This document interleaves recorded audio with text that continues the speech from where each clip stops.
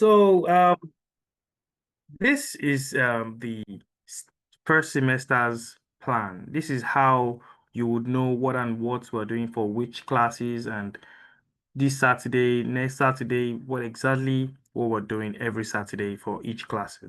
So today we'll be talking about data management and information systems business strategies. So first of all, we need to talk about what we did in the last class, which was fundamentals of information systems. I need one or two people to give me what they understand or what they were able to get out of the class of fundamentals of information systems.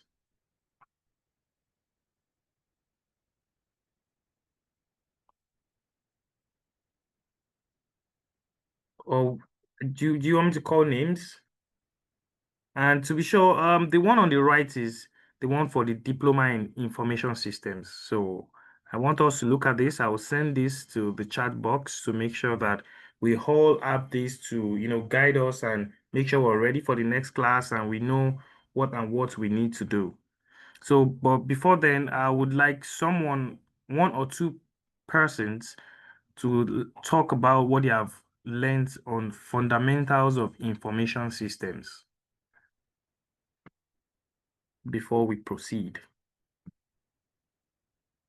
Okay, since nobody's answering, I would need to call names.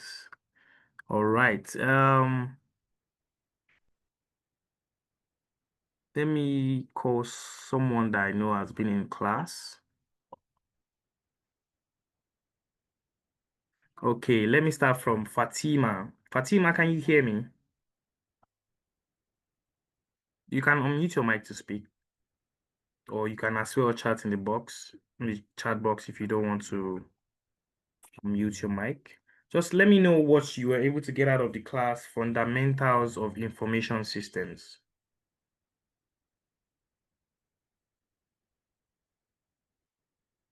Hello, am I still audible? Hello, am I still audible? Yes, we can hear you. Yes, yes, you are audible. All right. So, okay, Mr. Stevens, let me hear from you. What were the things you were able to get out of the class, fundamentals of information systems? Thank you so much, Mr. Damola. I think Mr. Ayola did justice to the concept of a fundamental information system last week. And we were taught that IS, in short, is a set of interconnected components that collect, process, store, and distribute data. Then we also talk about the purpose of IS, which is to support decision-making, coordination, and analysis in organization. Also, it taught us, I think, lay emphasis on the importance, and it is essential for business and global participation. We also look at system elements in action. Talk about the input, the processing, the output, and the feedback. Input talks about the data collected, and process talk about the task that was performed. I think we also look at the system operation. That's a data capture, data processing, data storage, data retrieval, and the like. And one of my key takeaways from last week lecture or class was the benefit. That's a benefit of IS. It improves efficiency. It helps us to make better decisions. It enhances communication and for easier collaboration. And I think he gave example about food delivery, and he also talked about career opportunity in IS, where he talks about technical role, business focus role, and he delved into banking security, and then about the real world example, talks about banking security, then why standard matters. So, Mr. Steven, I really appreciate that answer. It's like as if you got the direct understanding of that class. I love that. Thank you very much for that. Thank you, sir. Thank you. I can see on the chat box, Mary just explained what she was able to get out from the class. Information systems are a set of interconnected components that collect, process, and distribute data. That's amazing. That's lovely, Mary. So before I continue, is there anyone else that wants to say anything regarding what they learned from the last class?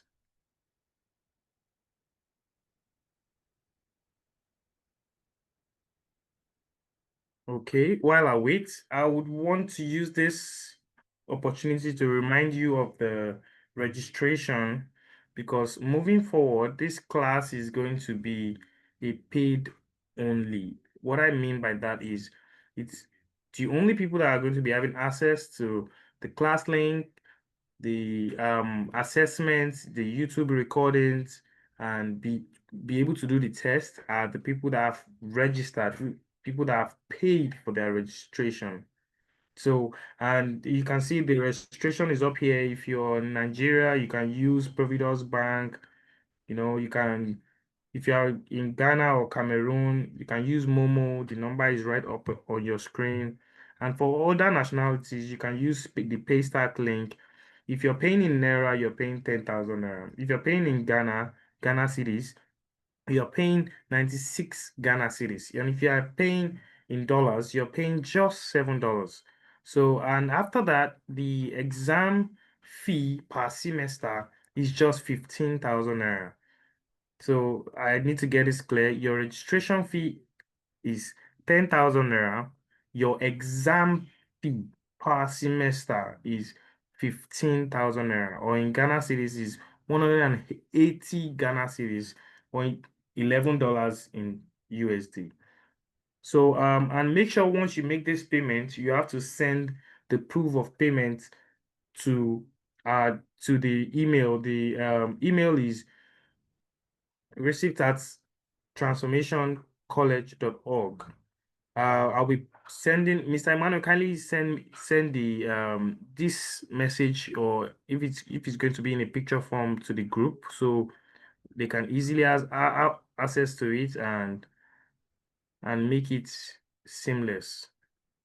For now, it's going to be 2 semesters, and this is the first semester of information systems, and this information systems is a new course on the OpenStacks, and that is where we are getting the curriculum from. And majorly, OpenStacks is an international body, an internationally recognized body for universities that are not able to, for students that are not able to go to the universities. So, you can do these courses and still attain the same level or the same understanding if you are dedicated enough of education.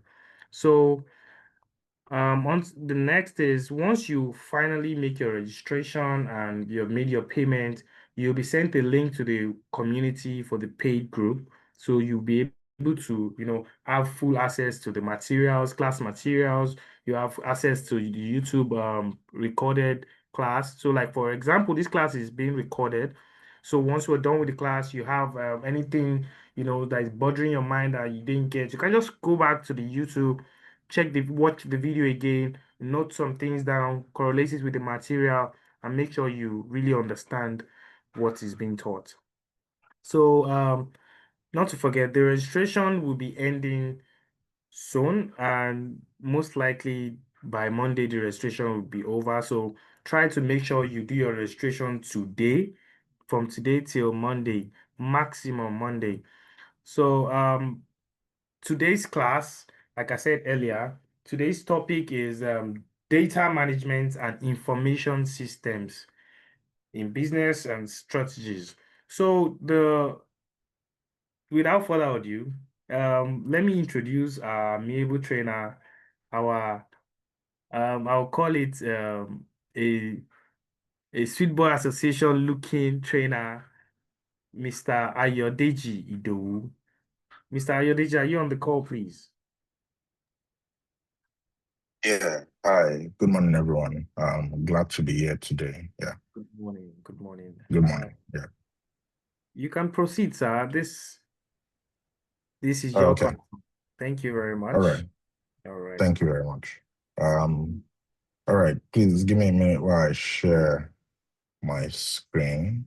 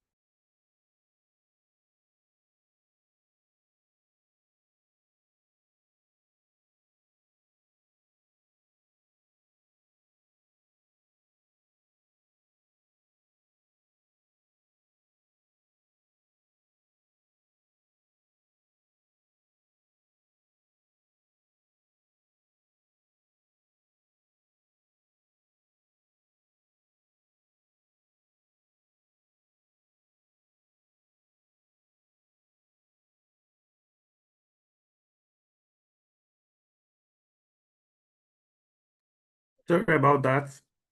I think our trainer is having technical issues at the moment due to network, and those things are not under our control, but let's just give him a few minutes while he reconnects and shares his screen.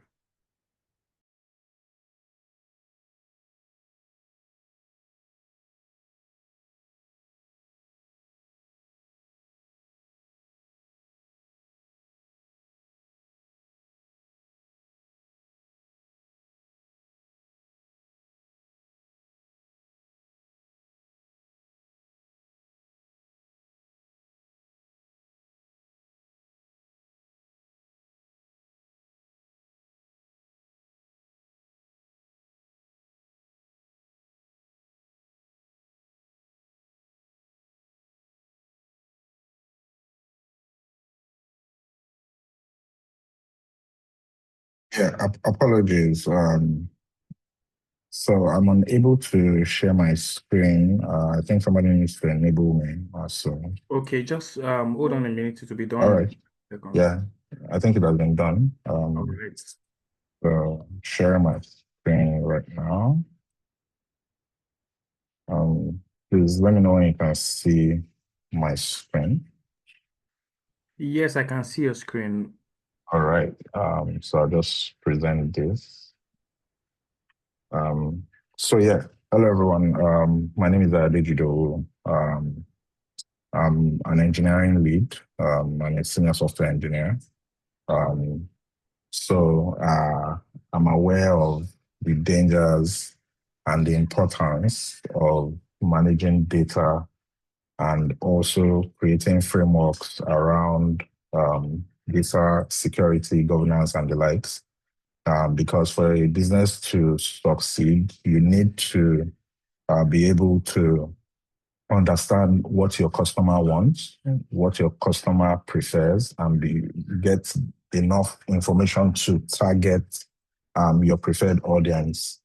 So today we'll be looking at data practices and frameworks alongside all other modules that speak to data management and information system business strategy. Please feel free to let me know if you can't hear me or maybe background noise or anything. So yeah, we'll get started. So what is data management, right? And to understand what data management means, we need to be able to differentiate the components of the data management structure. So you have data, you have information. So data is basically facts and figure without context. So something that is not structured, that doesn't have particular meaning. So you can call data like ingredients, right? While information speaks to processed data, so the food that you get from those ingredients, right? You can't just eat ingredients. It's food that people eat. So information is what makes sense, while data is referred to as the building blocks for information. After we have information, we now have big data, which speaks to complex large data set. data sets, like a combination of HR information, finance information, engineering information that is now structured into specialized segments to make sense to the user.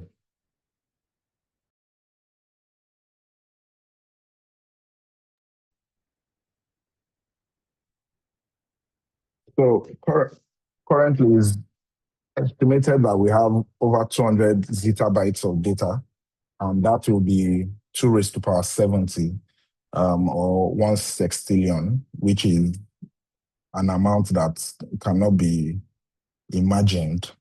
But yeah, it shows the amount of data that is available currently in the world, and only 1/3 of that is actually used for decision making. So that speaks to a lot of things being stripped off or things that have not been able to get structured into information. So for you to have this amount of data and only 1/3 is being used, it means we have 2/3 that can be harnessed, 2/3 that can be used to improve businesses, that can be used to make segments that have not been discovered to survive, right? We know that there are some jobs that in the last 10, 20 years didn't exist. We didn't have roles like AI engineer, even data scientists. Those roles didn't exist in the corporate world several years ago. So the more we expand on the data available, the more we see the information available, it will keep bringing things up. It will keep creating new industries. But with all this data now comes the ability to keep that data secure. And that is where data governance comes in. So data governance speaks to policies, procedures, and standards that determine how an organization manages the availability, integrity, security of its data throughout data life cycle.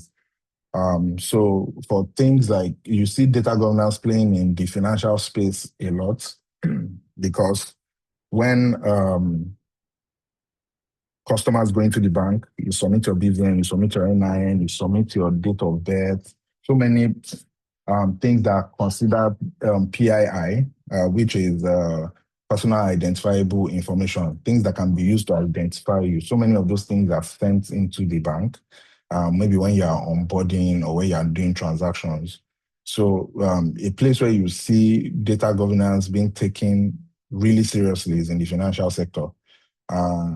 And because of this, over the course of my experience, I've seen organizations being fined for not securing data or not maintaining the integrity of the data that they have in their hands. So that's what speaks to the data life cycle. So when you submit the data till when that data is expunged from the organization's database, how do they manage the integrity? How do they manage the security that people that don't need to have access to that information do not have access to that information? So that is where data governance comes in. So we'll speak to other essential data management areas. So we've touched on data governance. We speak to policies and standards for managing data. And we now speak to data quality. So the data that you have, is it just data that cannot be verified? Is it accurate? Does it need to be updated? That speaks to the data quality.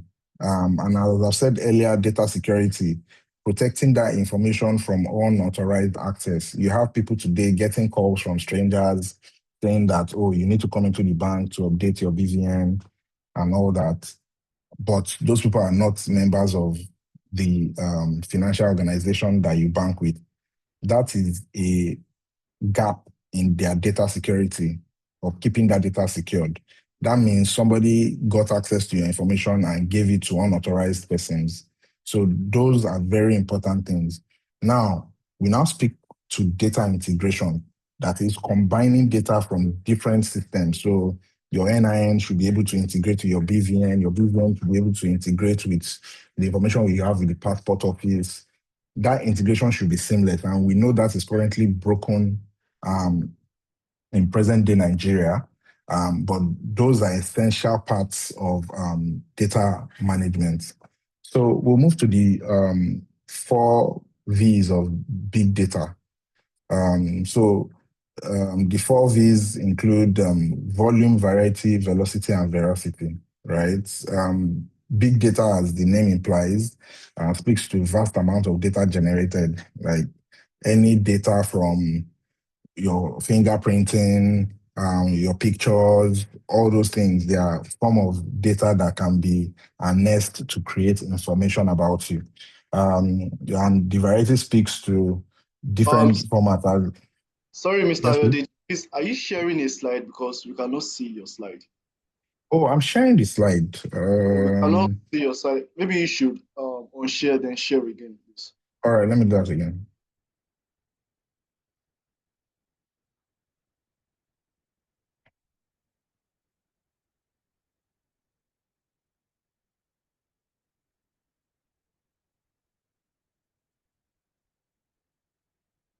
Please let me know. Yes, we can see your slide now. Oh, sorry, I didn't know that this slide wasn't showing. Okay. The 4 V's of big data, right? It speaks to, and as I said earlier, it can be your picture, it can be your fingerprint information, it can be your voice, in fact, because currently with the AI generation really growing very fast, you see people being able to mimic the voice of another person. So it is due to the data that's been provided. That's how they're able to provide information from your voicing. So we have variety of data that can be provided, data types and formats. Now, the velocity speaks to the rapid pace of the data generation, right? The sources, are they easily accessible? Are you able to get data quick and fast? There's something we call in software development, we call it a CDN, right? The content distribution network. Yeah, are you able to access it from the nearest place possible? So rapid pace of data generation and the reliability and trustworthiness of that data. Those are the 4 V's of big data. So a real world example will be Netflix. We know today Netflix provides one of the best user experiences.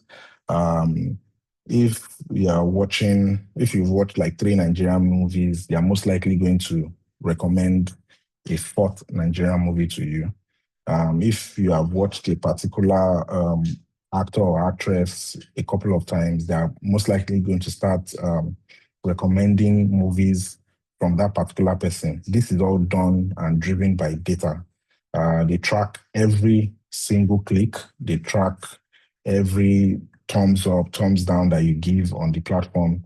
Yes, it requires a lot of work, requires a lot of infrastructure to set up, but it now helps them target customers based on what they want to watch. There are some people, if you open their Netflix, the homepage is just a lot of Indian movies. That speaks to the kind of movies they watch. Some it's action movies and all those things.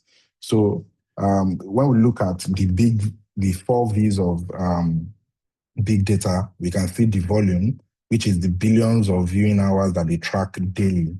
The velocity, which speaks to real-time streaming data. If you are very techy and you open your network tab, maybe you are watching Netflix in your browser, you will see several API calls happening when you are moving across movies or watching or doing all those things. So that's real-time streaming data that they are receiving from their users. And variety of data that they receive, the user rating, the viewing history, device data. So today, if you sign in to Netflix from your mobile phone, they are able to tell what type of mobile phone it is. They're able to get the mobile signature of that mobile phone. So if they need to block that mobile phone from ever using Netflix, they're able to get that information. And that is due to the device data that's been provided. The veracity speaks to the accurate nature of the data that they are receiving. So your preferences, the kind of movies you watch, the kind of movies you don't want to see, those are the kind of things that speak to how seamless Netflix is able to create an experience that people enjoy all over the world. So there are different types of data. There's structured data and there's unstructured data. If you know Excel or spreadsheets, that speaks to structured data. So you have it in rows and columns. You have in your columns, you probably have name, age, date of birth. Then in the rows, you start filling it up. That speaks to structured data.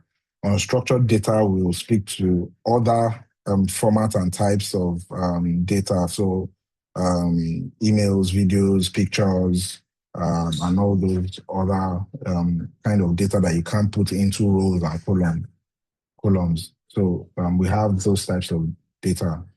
Now, if we look at structured data categories, we've listed 3 here.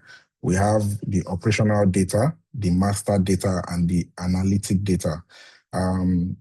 The operational data helps in the daily transactions, so cash flow and all those kind of things. Your inventory, how many things do you have left in your store? How many things do you need to bring into your store? What are the things that people are purchasing the most? So those kind of operational data. That's why you see some big organizations, they are selling a variant of maybe a toothpaste or something. But if there are 3 variants, because of the information they have and data that they have, you just see them close down one because from the data they have, people are not purchasing it. So that's operational data, and that's coming from structured data of item A, we have 100,000 sales from it. People love the product, while item C, we only have 2,000 people that have purchased that product, and that can make them take an informed decision to stop the production of that kind of data. So we also have the master data, which speaks to things like the core entities, customers, products, employees. So the data that drives the vision of the organization. So the customers, the products, when you know the kind of customer base you have, their age range, their addresses, because if you have in your customer base, if you see that most people in your customer base are based in Lagos, it doesn't make any sense for you to now go and set up a distribution store in Kwara State. So master data is important for the core running of the business. Then analytic data speaks to aggregated data that now helps you create a report from the activities that have happened. So you can say from January to July of 2025, these are the patterns that we've seen in our customer base. And all these can only be achieved by structured data. You can't achieve those by pulling up videos together and all those things. So they are achieved by tabled data, things in rows and columns, and it makes it easier for you to get things done. So there are several data management frameworks, but these are the top 3. So the DAMA is an organization, and they created the Data Management Book of Knowledge, and they have 10 key knowledge areas. We also have the Mike 2.0 IMM, information. They create tools, or they can be used to implement information management solution layer, and they support maturity progression. So maturity progression will be in a way to help you scale, right? We now have the IBM data governance, which helps to create a roadmap to implement governance processes. So following these frameworks, they help guide the people implementing, like a data manager. right? They help you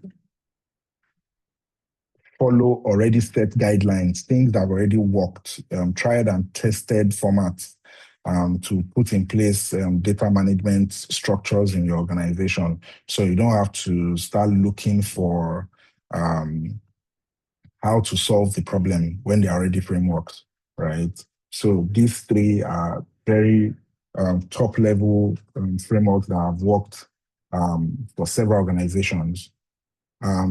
So what are good data management strategies? I think I mentioned one earlier, which is to update outdated information. This is something that is relatable because let's say you did your BVN in 2010 and you don't look the same way you look 15 years ago, right? But there's no way for the bank to say, oh, we need to recapture your passport, and other information. Maybe your home address has changed and all those things. We don't see organizations do that today, which shows that we can even see elements of bad data management strategies, right? The information that is being collected is not being updated frequently. A standard will be to update the data every 5 years because a lot can change in 5 years. So that will help keep the integrity of that information and make sure that it can still be referred to from time to time. Also fixing known errors. So we have situations where, and it happens a lot, right? So maybe somebody made a mistake in your naming, your middle name for your passport, but your BVN is a different name, your NIN is a different name. When you now try to consolidate it, there are errors all over the place. And to fix those errors, we know what people go through today to get those things done, right? But that is actually a good data management strategy to fix known errors. Oh, is this person's date of birth correct across board? They need to update it. Also, standardizing the definitions. So standardizing definitions will be to say you can't be collecting, you can't request for first name today and then tomorrow you update that definition to name. It creates a disparity between old data and new data. So you need to create a standard. Are you collecting first name, last name, other names? Or you're collecting first name and middle name, or just middle name and last name? If you start with that standard, a good practice will be to standardize that across board. You can't be collecting variants of the same information. Fixing known errors and resolving discrepancies are very similar because if the information is not correct, it can't be consistent, right? So that speaks almost to the same thing. And for example, a real example of this is Amazon, right? On Amazon today, Amazon practices something that we call a single sign-on. So if you have an Amazon account, you'll be able to use that to access Amazon Prime, Amazon Carriers, Amazon anything. And what this does is to create consistency across the data they've collected. So you're not using the same email, but it's different names. Google also has this. If you've signed in with your Gmail, you use that same email to sign into Google Charts, use it to sign into YouTube, use it to sign into any other place. So single sign-on is sort of a mechanism that is used to maintain data so that you don't have to fill in the information every single time. And this now helps them track you across a suite of applications.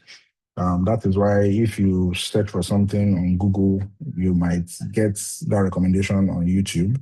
But in Amazon's case, they're able to see your purchase history, your browsing patterns, product reviews that you've dropped somewhere else within their ecosystem. They're able to track that. And how does this now improve the business? They can make, if you're someone that is always searching for smartphones on Amazon, there's no need for them to suggest anything to you, any other thing that is not related to electronics, right? Because they will look at the tags for that product and then start to recommend things to you. So they don't even need to cast a wide net. They can check and say, oh, this person checks phones, laptops, and all those things. Or let's recommend these accessories. So they're able to make personalized recommendations. And they can now optimize their inventory. They can see what people buy the most. They can see what moves the most. And that helps them to optimize what they are bringing in, what they are keeping on their store, on their storefront. That helps them a lot. Robert Anthony, who is a Harvard Business School alumni, created this framework to help with business strategy, using data management to improve business strategy. And he created this 3-step pyramid. On the first level, we have strategic planning. So strategic planning speaks to the vision, long-term vision of the organization, right? In 5 years, in 10 years, in 20 years, where do we want to be? So that speaks to the long-term goals that the top management, C-level people are set. So the CEO, CFO, CTO, and all those guys. They will now speak to the second level, which is management control. Okay, these long-term goals, how do we make sure that while trying to achieve these long-term goals, we are not just burning cash. We are not getting ourselves to be cash strapped and all those things. So how do we meet strategic goals while staying within our budget, tracking our expenses and all those things? So that speaks to the management control. Operational control, which is on the bottom level and very, very important, right? Speaks to the day-to-day operations. How do we make sure that the employees that we have are giving their best? The output is great and optimal. So this is what the Robert Anthony framework speaks to. So an example will be Starbucks, right? Starbucks has a lot of coffee shops around the world, and they are quite pricey too, but they've been able to expand globally. So on the strategic aspect, their long-term goal was to expand globally while introducing new products. So they also have products that are customized for different clients. Depending on what the customer needs are, they will create products that will match that. Also, on the management side, as I said earlier, they will monitor the budget, monitor the sales. Are they spending more than they are making? How can they maximize profit? And then it now speaks to the operational part, which is the final part on the Robert Anthony framework, that speaks to daily store operations, inventory management. Oh, how much if with Nigeria, you now have to calculate how much are you spending on fuel, how much are you spending on diesel, keeping the lights on, is it more expensive, or is it profitable or not? So those kind of things speak to the operational aspect. If you have 3 or 4 people, members of staff, are they too much, or do you need more people? You need to also make those decisions according to this framework, which Starbucks does perfectly currently. So we also have the decision-making framework, because, for you to create any strategic planning, you have to create a decision-making framework. And it speaks to 3 different parts: intelligence, design, and choice. Intelligence is very important, right? Gathering relevant information. If you don't have the information, then you might just be doing the wrong thing, and that is recipe for disaster. So information, gathering relevant information, doing feasibility studies to see what the market pulse is on what you're trying to achieve. Then you now design the product or the structure that you want to accomplish in this in the stuff you're trying to get done, which is still in this decision-making framework. So you analyze the automation potential. This thing we are trying to create, can we optimize how it's done? Is this something that can be automated? Does it need human interaction? You need to decide on that. And then choice, which speaks to the last step before execution, is to select the appropriate approach. How, based on the information and the design we have created, how do we want to go about this? And that speaks to the decision-making framework. So looking at the future of data management, right? Currently in Nigeria, if you are using Hospital A, and for some reason you want to transfer to Hospital B, all your medical history and all that, the previous hospital, even if you ask for it, they will hold on to it and will just give you a letter of referral. And that is not where the future is. The future is being able to have a centralized data for everyone. So you are going from Lagos to the US to Dubai, you are able to say, okay, you can access my health records from whatever platform that is authorized to do that. So in healthcare, it will be very useful because I've seen people go to another hospital and they didn't even know they were hypertensive and they are giving them drugs that would cause more harm than good. And that is to show you how important data management is to human living. It's not just a technological nice to have. It's actually very critical in making sure that people have the best healthcare, people are able to survive because information is very key. So in e-commerce, it will help centralize inventory management since it can be accessed from anywhere and it has been put in one place. So if you are someone that has a business that has several chains, you are able to manage that information from one centralized place. So there are different data management technologies.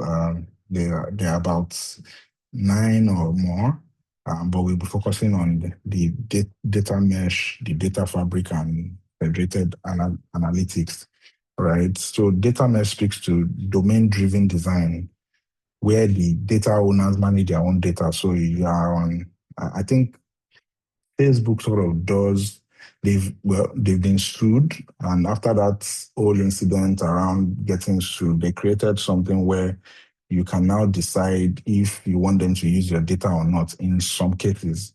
And I think if you use an high-end smartphone, whether it be Android or iOS, immediately you download an app, they will ask you, do you want the app to track you? So they're trying to create a scenario where per app, you can decide, okay, I want my information to be shared with this application. I don't want it to be shared with this. So that's sort of a replica of what data mesh is.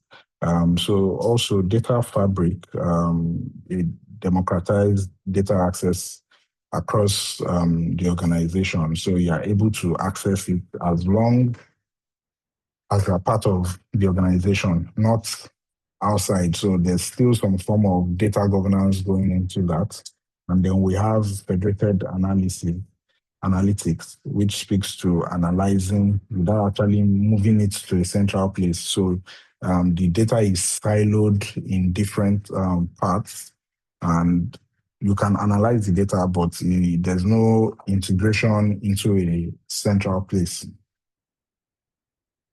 So, like I said, there were some roles that didn't exist years ago, and we are going to be spotlighting a role that has bubbled up in a few places. that take data mining very seriously. So we have the position data architects, and the responsibility is just to design this framework to ensure security compliance and solve integration issues. So most likely a data architect will come into a company that has, it might be as bad as you having physical forms and files. Then you need to first digitize it and then integrate it into a central repository that people across the organization can access it. And the skills that are needed is database technology, so MS SQL, PLSQL, MongoDB, whatever database technologies that you are familiar with, cloud platforms, so AWS, GCP. So those are handled by Google and Amazon. So also the data governance, because if you're in charge of people's data, then you need to know how to secure that data, make the data updated, make sure the data is consistent and accurate. And you also now need problem-solving skills, because I can tell you for free, it's a nightmare digitizing data that is not structured. Getting unstructured data to become structured and usable is a lot of work. So for you to be able to do this, you need a bachelor's degree in computer science or information systems, or certifications like this certification that we are preparing you for, to get that done. And it's a very profitable career path. We don't have a lot of people doing that. We have the data roles have evolved over the years. You've had data scientists, the people doing data mining, but now we have data architects. So it's a fantastic opportunity to get on it very early and provide value. So what are the key takeaways from this first module, right? Is to let you know that data is the new oil, right? If you look at the progress of AI, it has been driven by data. So all those applications where they tell you upload your picture and we'll cartoonify it, will give you a different background. All those are ways of getting data, unstructured or structured data. They are getting it one way or the other. And it's those that have the data that are going to be able to make very critical decisions to help the organizations grow. So data is the new oil. It's essential for organizational growth and decision making, right? You might wonder, for example, I was watching an interview and people were wondering why a Rema went to India to start a store. And that was all driven by data, because they looked at their streams and all those things and they saw that, oh, the people streaming these songs are a lot in India. Let's go to India. And they went to India and made a lot of money, right? So data helps you make very precise decisions that will, to the outside person and someone who is not aware, the person will just be like, why is this person going all the way to this country to go and do this? But you are driven by data, and data is really wrong, especially when it has been turned to information. It is really wrong. And also, it is critical that governance is taken seriously.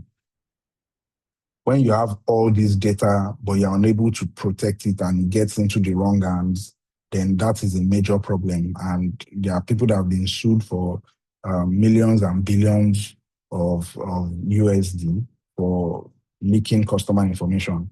We don't take it seriously yet in Nigeria, because you can just find somebody just call you out of the blues and read out your government name, your date of birth, and you can't really do anything about it. But we are getting to a place where when this information is integrated into one place, then we can better govern the modalities around keeping the data secure, keeping it away from unauthorized access and all those things.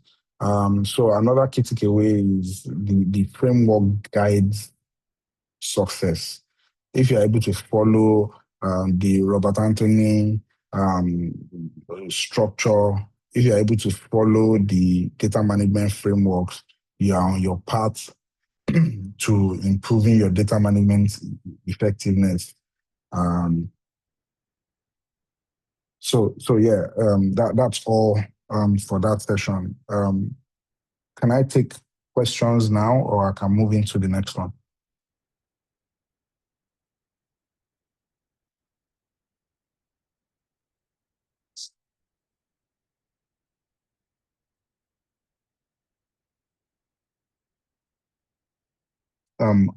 Adedamola, yeah.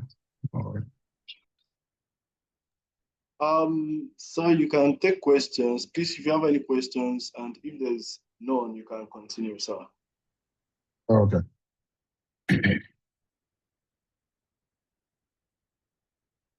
Okay, so I'll just go ahead and get on with it. So in this next phase, we'll be discussing how to master your data to drive business success. So because data without turning it into information is really nothing. It's just like food stuff in your kitchen that has not been cooked. It really does nothing for you. So we'll be looking at strategies to improve IT value and also understanding IT value in organizations, what IT brings to the business.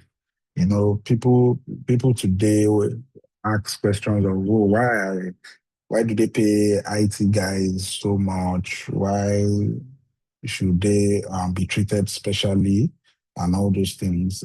It's driven by the value that IT brings to the business.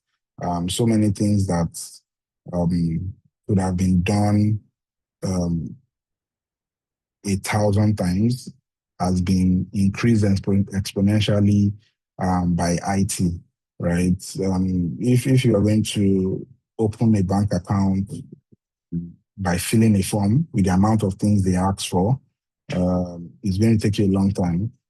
But currently, you can just dial a USSD code and they will ask you for a BVN, and that information is provided and your account is opened in a few minutes with little or no information. And that is the kind of value that IT brings to organizations. So we'll look at Domino's pizza success story. A lot of people know Domino's. They have several franchises across the world today. We might have different experiences based on the country. So hypothetically, when we are speaking of this, we are speaking of like probably the US version that is not the Nigerian version, right? So the goal of Domino's when they started in the 1960s was to compete with fast food giants, so the McDonald's of this world, the Taco Bells of this world, and they also needed to deliver fast because pizza is not something that people will eat cold. It's preferred at higher than room temperature most times. And also make sure customer satisfaction is handled with utmost importance. So what did they do? They integrated into Google Maps to help them locate their customers.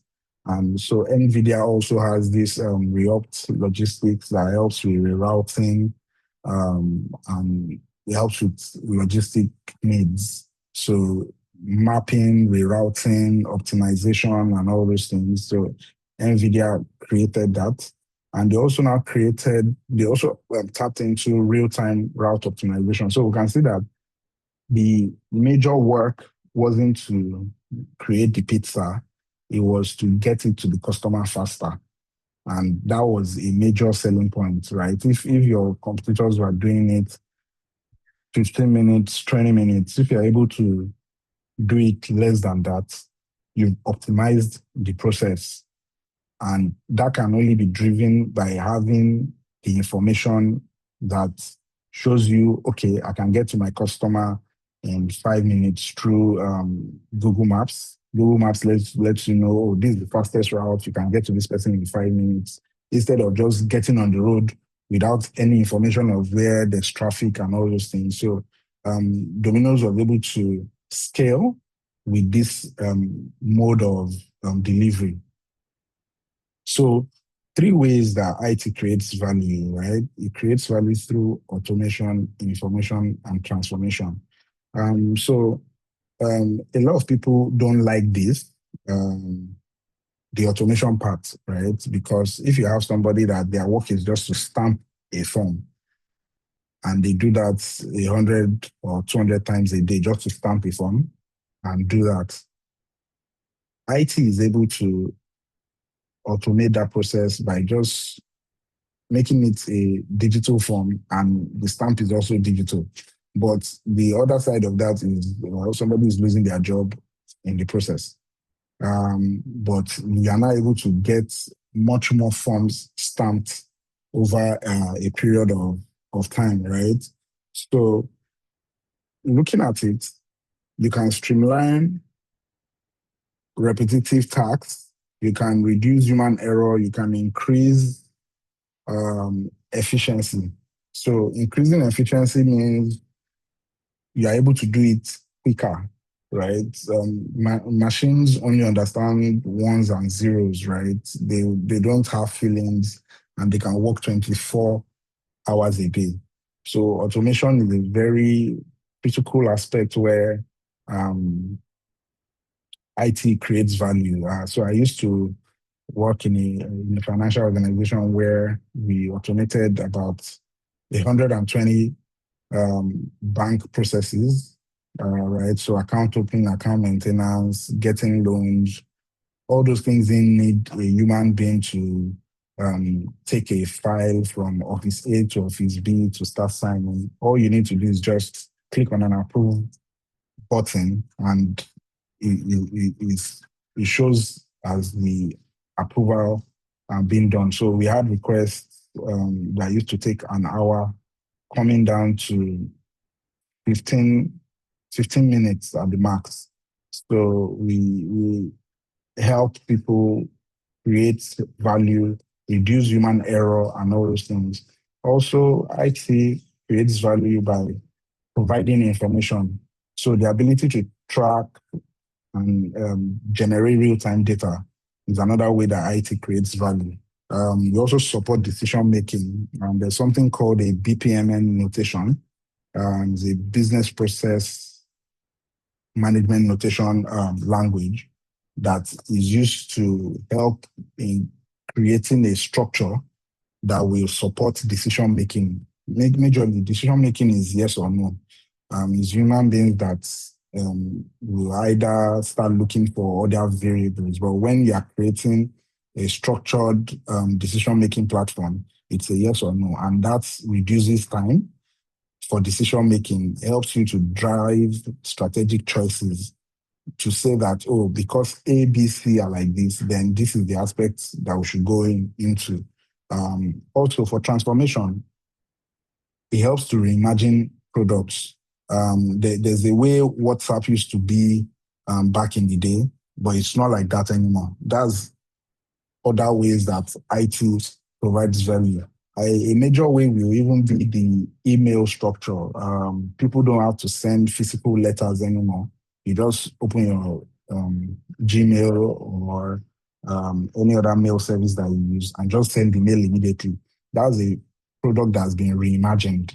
It's still mailing, but it has been reimagined, and it helps to create new experiences and enable innovation.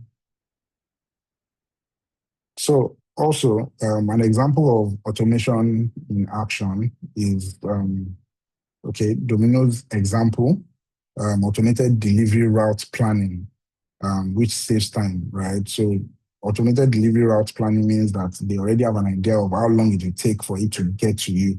And they're able to assess, oh, maybe another branch closer to you should fulfill this order so that I can get to you faster.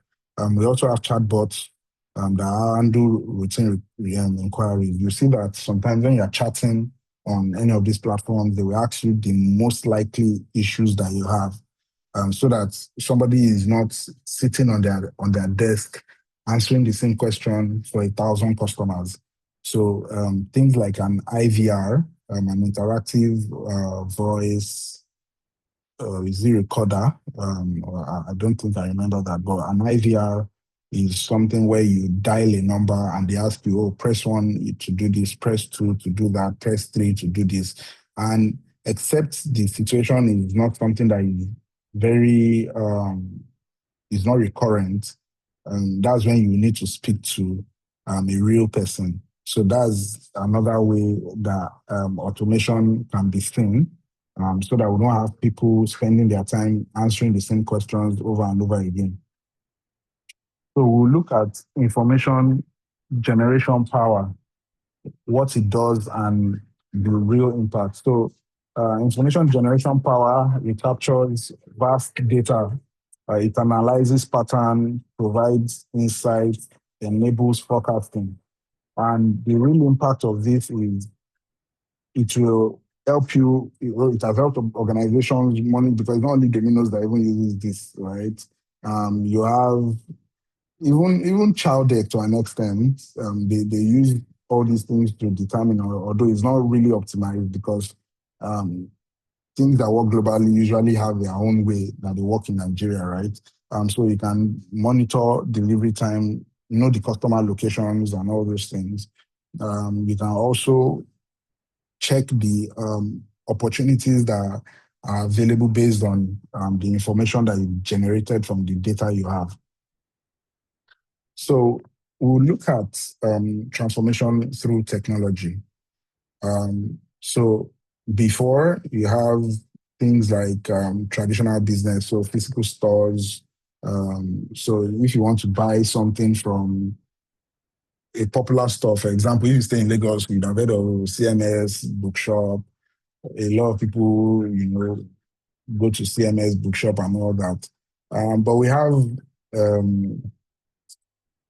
platforms that sell books today and deliver to you without you having to leave your house, right? And that is provided by digital innovation. So there are platforms that I think there's one called Rover Heights, that the same book that you have to get into your car, drive down to Lagos Island to get that book is something you order, and they will bring it to you in the comfort of your home. And that has created new possibilities, personalized experiences. If you are somebody that likes to read about biographies, you'll be taken to, they'll most likely recommend books that speak to biographies. So that's a real life example of how technology has transformed businesses and changed things over the years. So there's a brand called Under Armour. It's a sports brand, and they used to be like a traditional clothing company. But instead of just staying there and dying like the Blackberries of this world, they acquired MyFitnessPal, developed a fitness app, and through this innovative step, they're able to still be a strong force in the market.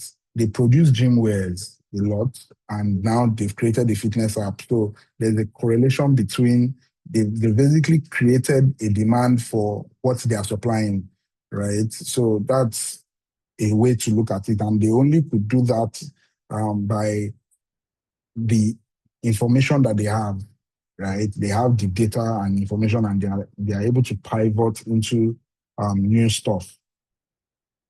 So functional area of information system. So we have it in HR, we have it in marketing, finance, operations. These are real life places where information systems have helped to optimize how they work. We've gone from a situation where people are calculating payroll manually, putting it in Excel sheets and all that, to being automated. We have platforms like paid HR. We have platforms like Bamboo HR. So all these HR platforms, Seamless HR, they help to do all this talent management and payroll automation. We also have finance apps that help with forecasting. They can tell you that, oh, based on your cost in January, February, March, this is what you are seeing. These are the recurring expenditure. These are the most expensive expenditure, things that the human eye might not be able to catch immediately. These systems help to bring it out and help you solve those issues. So we also have marketing. A lot of marketing people use Facebook analytics, Instagram analytics to see, how many people viewed this advert, how many people clicked on the advert, how many people bought stuff because they saw this advert. So those kind of things are very important in improving your business output. It helps you to get to your goals. And for operation, it helps with quality control. You're able to see leakages in the business. You're able to see, this inventory, this item, it says on our platform, we have 20 of it, but in real life, we have 18. Why do we have 2 missing? It helps you monitor all those things in your business. So IT is very valuable to running modern day businesses. So looking at the alignment between business and IT, in my experience, there's always this conflict between business and IT.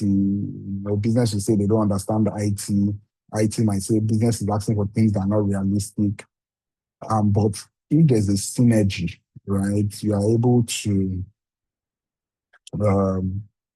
get the best out of both worlds, right? So a strong integration of IT with organizational strategy will be for IT to act as the innovation driver. So the business has plans to achieve, and IT now comes in to optimize that flow and make sure that all those things are realized, right? So IT being used as an innovation driver. It shouldn't be a blocker. It should be an innovation driver.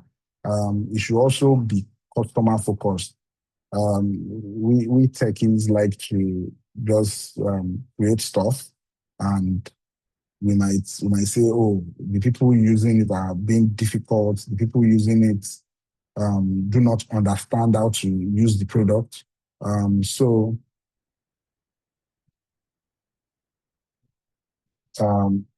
Okay, so 1 second. So it needs to be customer focused. Please, can you still see my slides? Yes, I can still see your slide. All right, thank you. Okay, so cross training. So staff moving across roles to prevent key man risk. You don't want to have a situation whereby if somebody leaves the organization, then there will be downtime and there will be issues. So business and IT alignment is very critical for organizational success. Now, this is what I said earlier, right? Why the alignment fails. Different objective. Business just wants to get the revenue done, while IT is focused on implementation.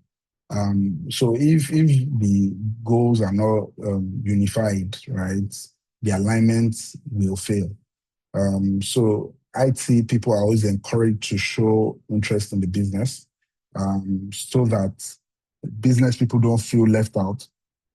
And this is also from a lack of awareness. Like most IT people just see business people as they go to the client and promise heaven and earth for something that is not realizable. But in an ideal situation, IT is supposed to be an aggregator of the business vision. And also poor communication is another thing that might cause the alignment to fail.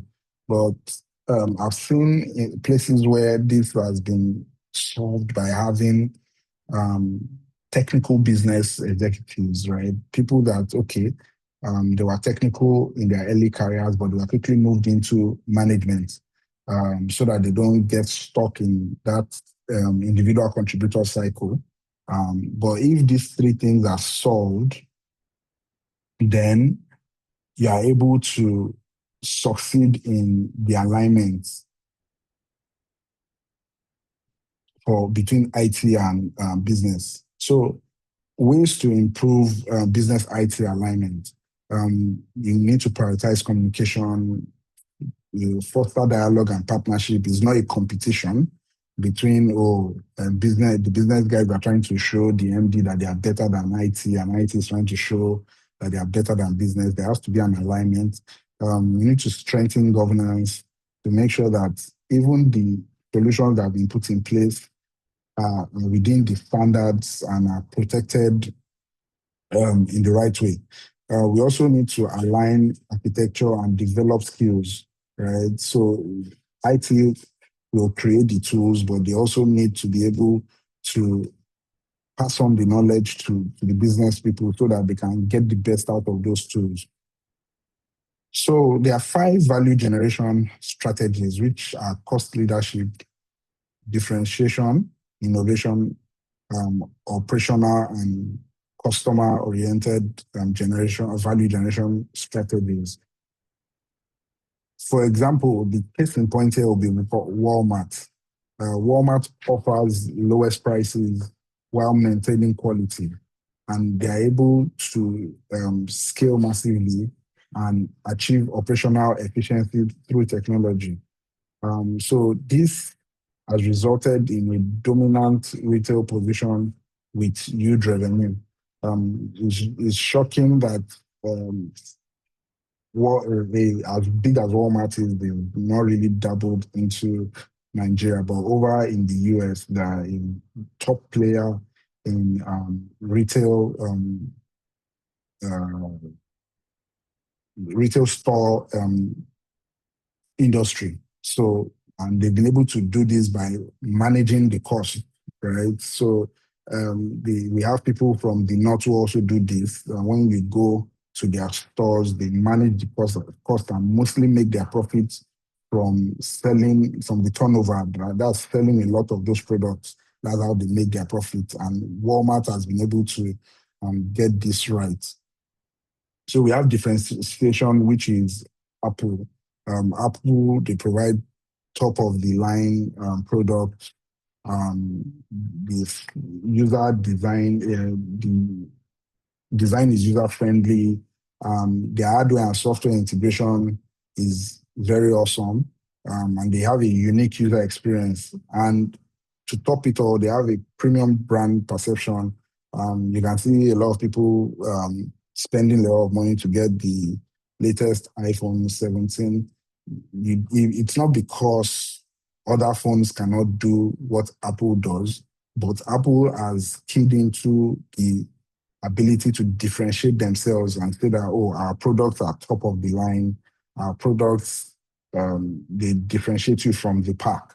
And that is a way of, that's a value generation strategy. For Google, we have them showing a high level of innovation. So they have a suite of products that people use today, the Google Search, Gmail, Google Maps, and they don't stop bringing new things, right? When everybody was bringing their AI, they brought their Gemini AI to the fore, and I don't think you go through an entire day without using one or more of their products, and they don't stop innovating. They're always pushing updates to their existing products regularly. They're always doing something to make sure that they are not taken out of the market by a lack of innovation. So on the innovative front, Google is a very great example for this. For operational effectiveness, I don't think anybody does same-day delivery like Amazon does. And they've created a system, the places where humans might lack efficiency, they've replaced it with robots. They've been able to optimize a very efficient e-commerce system, and maintaining an e-commerce system is not very easy. We have seen Jumia, Konga struggle at some of these things, right? Because it's not easy to achieve operational effectiveness. At a point, operational effectiveness might look like slavery because you might have people working extensive hours, but that is a way that Amazon has been able to achieve value generation. So their warehouse management is not easy. We have a now defunct product. It was Hiroshi. Hiroshi used to help bring in products from the US, so you ship it to an address that they give you. But because we are not able to manage their warehousing parts perfectly, they go into troubles. And now the last part, which is delivery, they were able to make sure that they get it to the last mile, right? And that is the way that Amazon has been able to achieve operational effectiveness. For being customer-oriented, Netflix tops the pack. People are on Netflix watching movies all day long, but you now go to other platforms and it's not really the same, right? The issue on Netflix might be that, oh, they don't have the movies you want, but the complaint has never been that the user experience is bad, right? They have sophisticated algorithms that analyze user data, that personalize recommendation for each subscriber. So they do all these things to help you have a tailored streaming experience. If you're able to keep your profile to yourself without sharing it, you will notice that every single time you go to the platform, they will always show you a movie that you will most likely want to watch. And that's then being very customer oriented. Now, all these things don't come at a cost. And we've listed some of the strategy trade-offs here.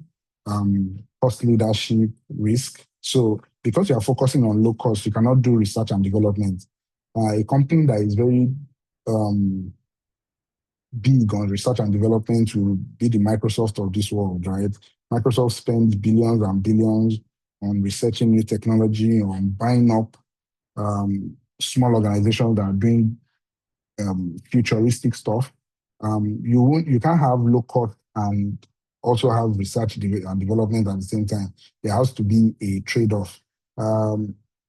Another trade-off will be that when you want to start customizing user experience, right, the initial cost, the take-off cost is astronomical, right? You want to be able to track what every single user on your platform does. I don't know how much Netflix spends on their data or database cost for each month, but it will be outrageous because storing every single information in a place is a lot of resources to consume.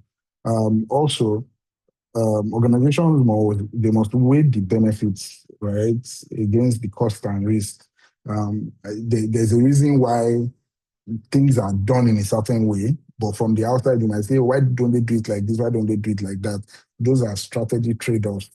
But in the end, we know that the company always optimizes for profit. So key takeaways from this model is to let you know that IT creates values, right? It's not just a myth. There are metrics to show that IT creates values. And alignment matters between business and IT. Each one cannot stand alone. There has to be a synergy between business and IT. A company has to have multiple strategies to be able to see what works and stick to that. And we also have real examples of people that have been there, done that, gotten a t-shirt, right? we have Domino, we have Apple, Amazon, Netflix, we have Uber. Uber is another one that has been able to, increase value by providing service through optimizing data management, right? So we'll move to digital business models. There are quite a number of business models that can be adopted to help you drive data management in your business strategies. But first of all, what is a business model, right? A business model is the blueprint for how a company captures and creates value from technology. So yes, the technology is there, but how do we now make that technology to provide value? Because that speaks to you creating a strategy around that. And the three key things that are important will be the technology, the bridge between connecting the tech and success, and what the company wants to achieve. So these three things are very important. You look at the tools and platforms that are available and the ones that you can use for your business. Then you look at a way of connecting those tools and platforms to create a successful outcome. And then those successful outcomes as a result of the goals that you've created for yourself. So one example we have is the e-commerce model, which is buying and selling goods or services online through websites or apps. You have people even create a mix of it today. So they have the physical store and then they have the online store, which is also a strategy to have you cover all your bases correctly. And the real examples are Amazon, Jumia, Shopify, Alibaba, and all the likes, right? Even Gigi is an e-commerce platform because there's really nothing you can buy off that platform. So a key strategy to get that kind of platform up is the seamless customer journey. So when I want to sign up, when I want to onboard, is this stressful? Are you taking me through several unnecessary journeys to onboard on your platform? Or also secure payment system. So most people will, out of the box, just integrate with Floralwave, with Paystack, or any of these other payment gateways, because those guys already have PCI DSS, which is a standard for anybody that is collecting card payments. They already have the gateways for card payments, pay with bank transfer, pay with OPay, and all those platforms. So you integrate secure payment systems so that people they don't come to your platform and the next minute they are getting debited by fraudsters. So also another step is to ensure efficient order fulfillment. So people pay for products on your platform. When you tell them that it will be delivered between 3 to 5 working days, do they get it within that time? And also personalized recommendations to be able to target returning customers on what they need to purchase. So we also have the subscription model, quite popular, and this helps with having recurring revenue, right? So Netflix is always auto-debiting every month, and that is consistent. In fact, they can map out to say that, with the amount of recurring revenue that we have, this is the amount you should have at the end of the year. And the way it works is they pay regularly for continued access to the product. The day you stop paying, you just get that paywall screen that says, your payment failed, please update payment, or you need to retry the payment. And we have Apple Music, we have Spotify, Amazon Prime, quite a number of most streaming platforms run the subscription model. Even some apps to run a subscription model where you pay monthly to be able to access services on the app. We now have the freemium model, which usually is for, I've only seen this in apps that people wouldn't use. They are not apps that are very, very important to everybody. An example is LinkedIn, Dropbox, MailChimp, right? Because if I don't need the advanced tools on MailChimp, there's no reason for me to pay for a freemium. And a freemium will be to tell you, oh, you can access this now for free for the next 7 or 14 days, after which you will need to subscribe.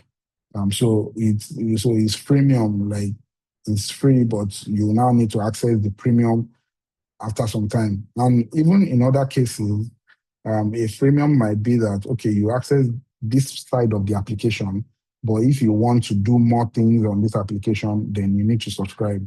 A freemium might also be that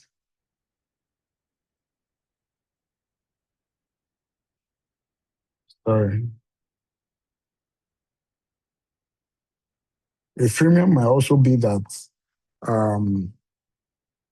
you start using the application. I think we see this freemium in games too, right? So you are playing a game, and after they've shown you maybe adverts over a period of time, they just tell you for you to stop the adverts, you need to subscribe. It might be a one-time fee, it might be a recurring fee, but we've all seen a freemium model in one place or another. We also have the affiliate model, which is quite popular too. So they tell you, oh, sign up to this platform. This is your code. And if you give it to anybody that wants to sign up, you get 5%, you get 2% of your next purchase and all that. And we have these platforms that do this. So the key elements are tracking systems, optimizing the landing page, real-time reporting. We have the marketplace model, which brings buyers and sellers together. So Gigi is a place that brings buyers and sellers together.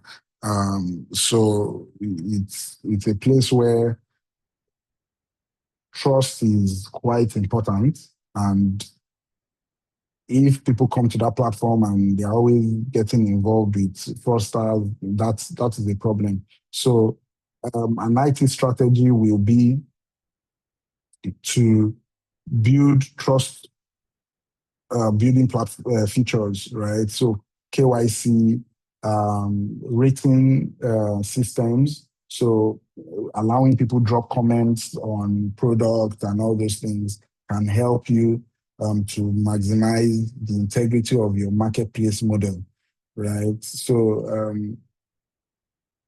there are times when people pay for stuff and don't get it. If that keeps happening on your platform, then there might be issues. People will not want to come back there. But if you create an optimal IT strategy, then you'll be able to get the best out of the marketplace model. So we have the advertising model, Instagram, YouTube, and the likes, free content.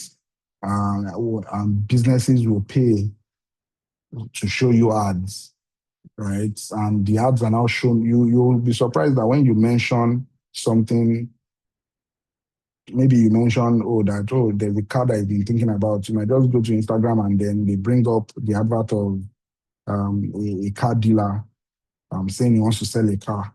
So that's an advertising model. Somebody made a joke to say that YouTube is running a mix of an advertising model and a subscription model. So I think YouTube Premium today costs about $1,850 in Nigeria, dynamic pricing, for you not to see adverts. But you now have people that pay for you to see adverts. So companies are paying YouTube to show you adverts. You are paying YouTube not to see adverts. So YouTube is running like a mix of advertising model, and subscription model.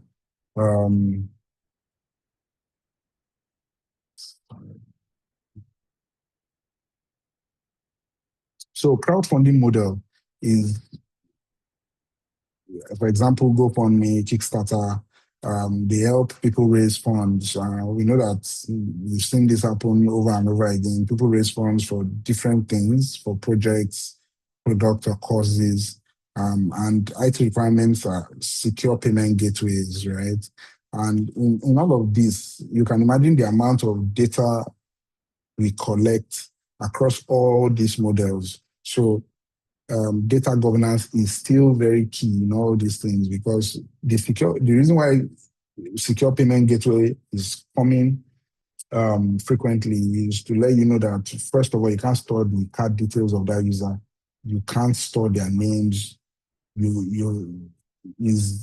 That's why people feel safer if you redirect them to a payment gateway like Flutterwave or Paystack, where they know that, okay, these people are following the standard, and you won't get debited. And I think we are even still in a low trust organization, low trust country, where people even prefer to pay with bank transfer than enter their card details. So having a secure payment gateway is very, very important. So, so we also have the sharing economy model. So I think people don't really like this in this part of the world, like sharing rides and all that. And ride hailing is not as affordable as it used to be several years ago. So the sharing model looks at things that people don't need to use every time, that might now look like liabilities, right? So years before now, you can consider having a car as a liability, because you're basically fueling it every time, repairing it, making sure that it's in top condition. But due to the sharing economy model, where Uber connects you to people who need rides, Airbnb connects you to people who need apartments for short to medium term periods, you are able to utilize those assets and make money from it. You're able to utilize and make money from it. So important things are the peer-to-peer platform. You need to be able to look for willing buyers and willing sellers to peer on the platform. So for Uber, I have a car that I want to that I put on the platform, and there's somebody that needs a ride.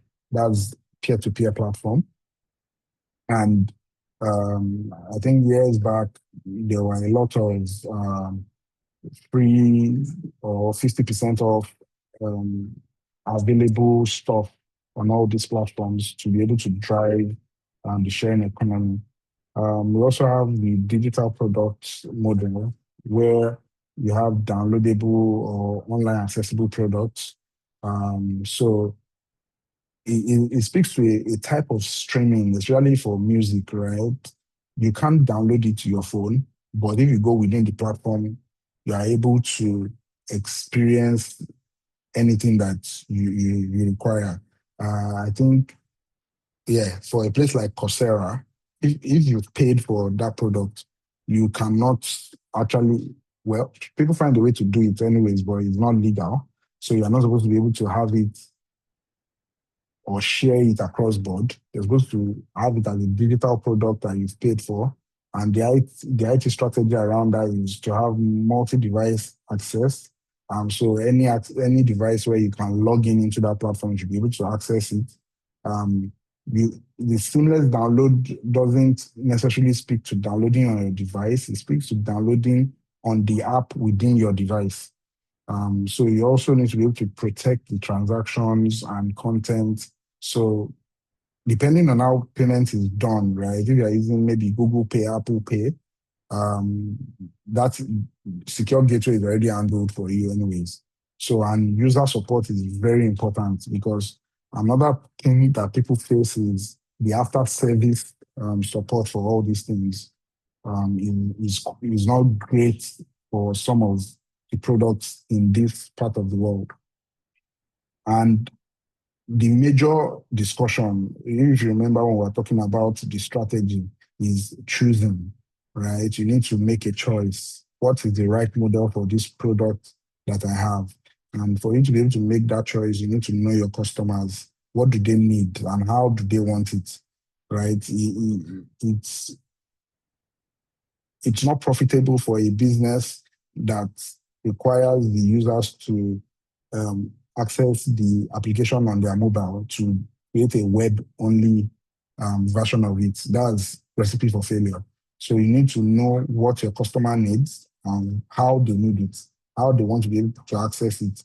What are the technology and capabilities that you have, right, that you want to use in optimizing that model choice that you selected. You need to understand your product and also study competition, right? Some people want to do something differently, but you can't do everything differently because there are people that have done some of those things and they know the issues that might come up from it, right? So the best model should align with your business goals, your customer needs, and available technology. And I've seen businesses that started and it looked like they were using a machine gun to kill a mosquito.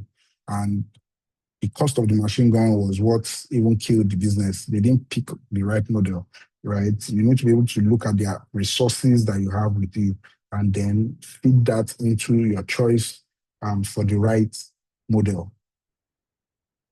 So there are a few critics of digital models, right?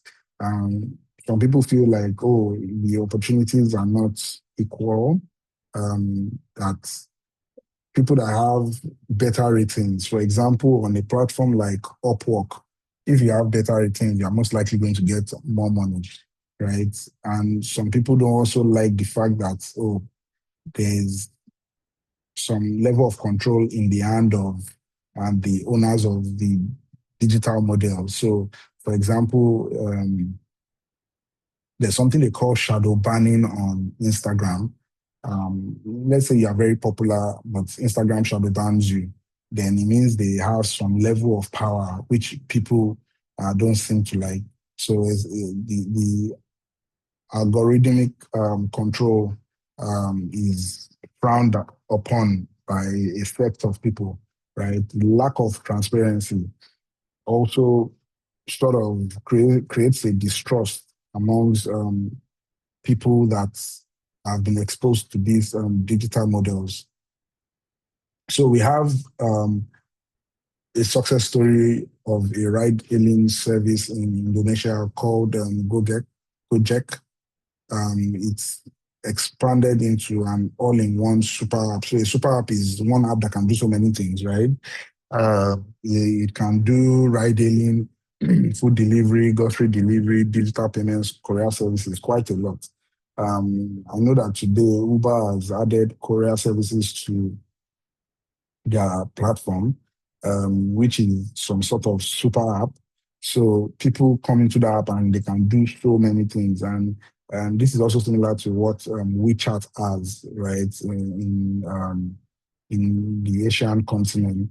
So WeChat is able to do a lot of things. So that's what we refer to as the super app.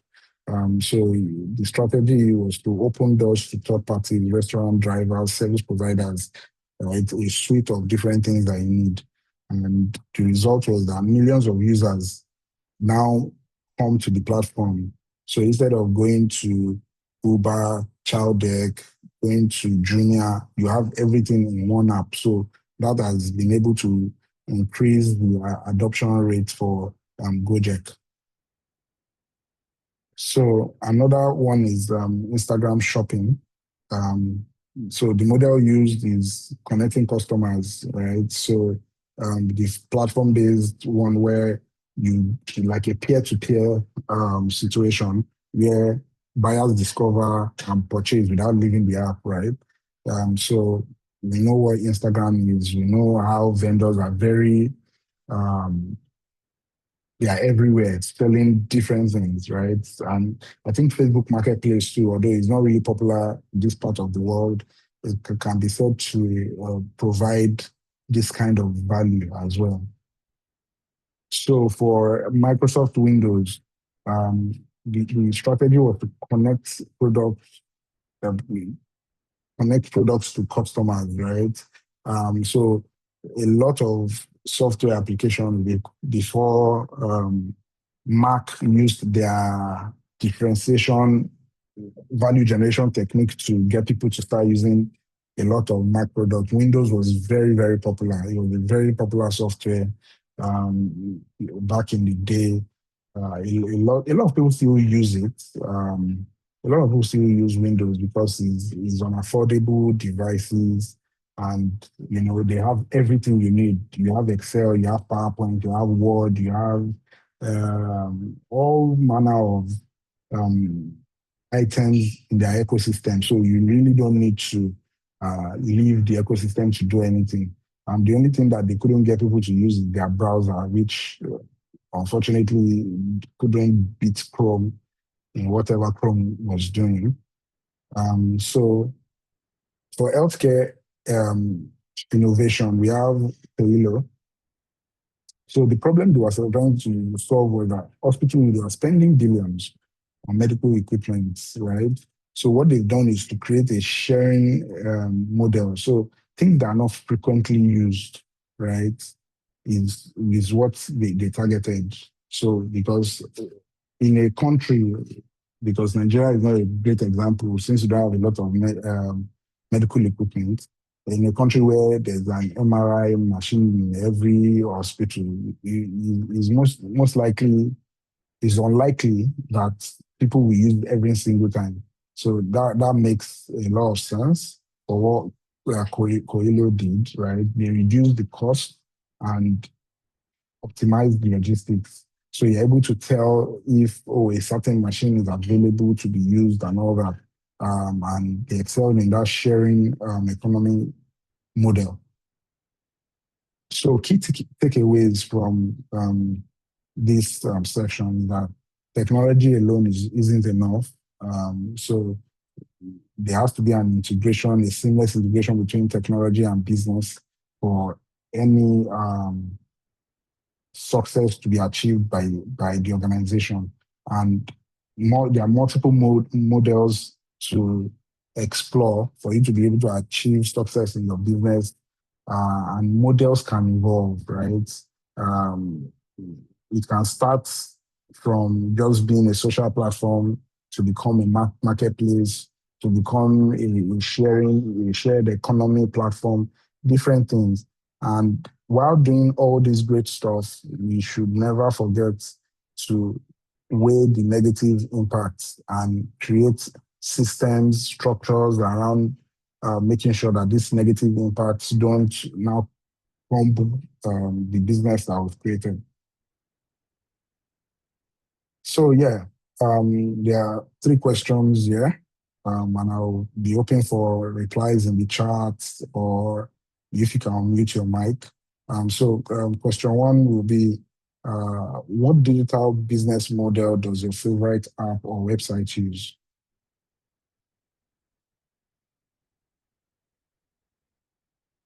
You can unmute, or you can just type it in the chat.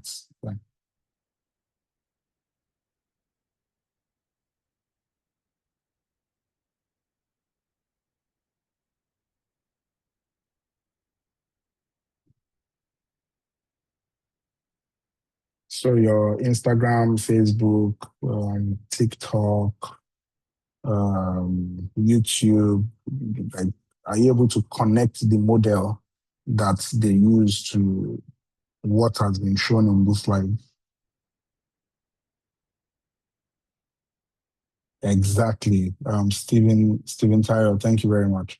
LinkedIn is always telling you, we'll give you a month free, or we pay 50% to enjoy LinkedIn premium. And they will put that gold badge at the top of your profile to show that you're using LinkedIn premium. So Great example, Stephen. Well, we can move to question 2 so that we're now out of time. If you are starting a business today, which model would you choose and why?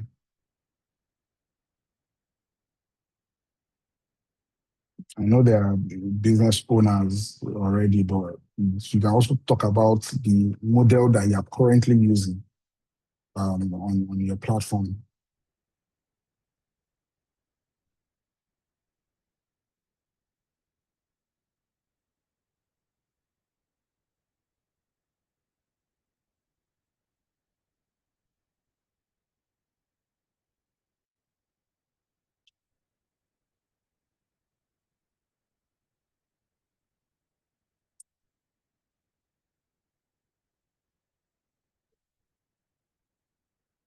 So a popular one would be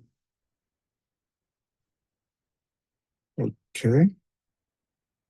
Okay, yeah, quite a number of people who use e-commerce model, but in Nigeria, because of the low disposable income, the subscription model is very difficult to sell in Nigeria because you have somebody that subscribes month 1 and before month 2 they've canceled the subscription, and it's quite it's strange, but yeah, it's the peculiarity of the market you're in. So usually I always encourage like a one-time fee, right? Or in-app purchases, which is like a freemium. So subscribing is quite difficult to sell in this part of the world. But when you tell people, oh, you can do 1, 2, 3, but if you want to do 4, oh yes, yeah, DSTV has been doing subscription, but also notice that immediately the Premiership ends in May, nobody subscribes till is July, August again. And they've lost 2 months of revenue. And another issue will be, yeah, multi-choice survived, but ITV didn't survive. Start Times is not doing so great. And all this boils down to the subscription model because people can just opt and leave. So it becomes high pressure. You need to please the customer every single time. But if they had like a pay as you go service, I'm sure some of those guys will probably they will probably still be in existence, right? Because if I'm not watching anything, why are you charging me? Right. So yeah, a subscription model is quite tricky. But yeah. So question 3, can you think of a traditional business that could benefit from adopting a digital model? So an example would, so for me, right, a traditional business, popular one, right?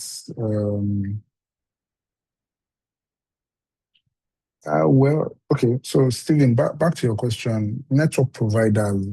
Um, Network providers are more pay as you go, right? Because it's not as if there are people that run the subscription model, which would be the postpaid model, or we like call that the subscription model anyways. But you have a situation abroad where you pay monthly. So you pay maybe $10, $20, and that will cover for all your calls, all the data you need, everything. So that is the subscription model. But what we run in Nigeria is not really a subscription model for the network guys because I can decide to load 1,000 naira today and then I don't load anything for the next 3 to 6 months and I'm just making calls, right? So yeah. But back to question 3. A traditional business that I've seen is okay, something quite popular, right? Is the lotto that they say Baba Ijebu or something, right? People used to go, or people still go to print paper, and there are still the online people that just sit in the comfort of their homes and do what they need to do, right? So that's something that has been transformed by technology, by IT. Okay, so are there any other questions at the moment before we take a break?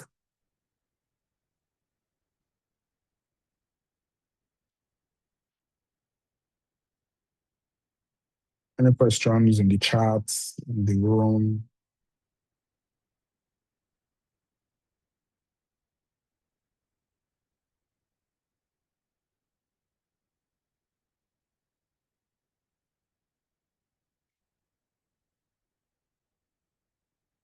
Okay, I think we'll hand it back to Damola or the admin, so that we can head out for break at 12. Yeah. All right, thank you so much, Mr. Ayodeji. It's been really nice. We'll be going on break right now.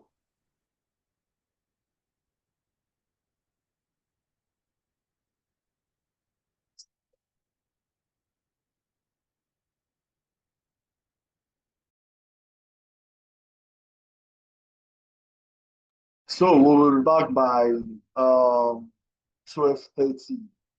Yes, the slides will be made available. Yes, we'll be back by 12:30. You know, for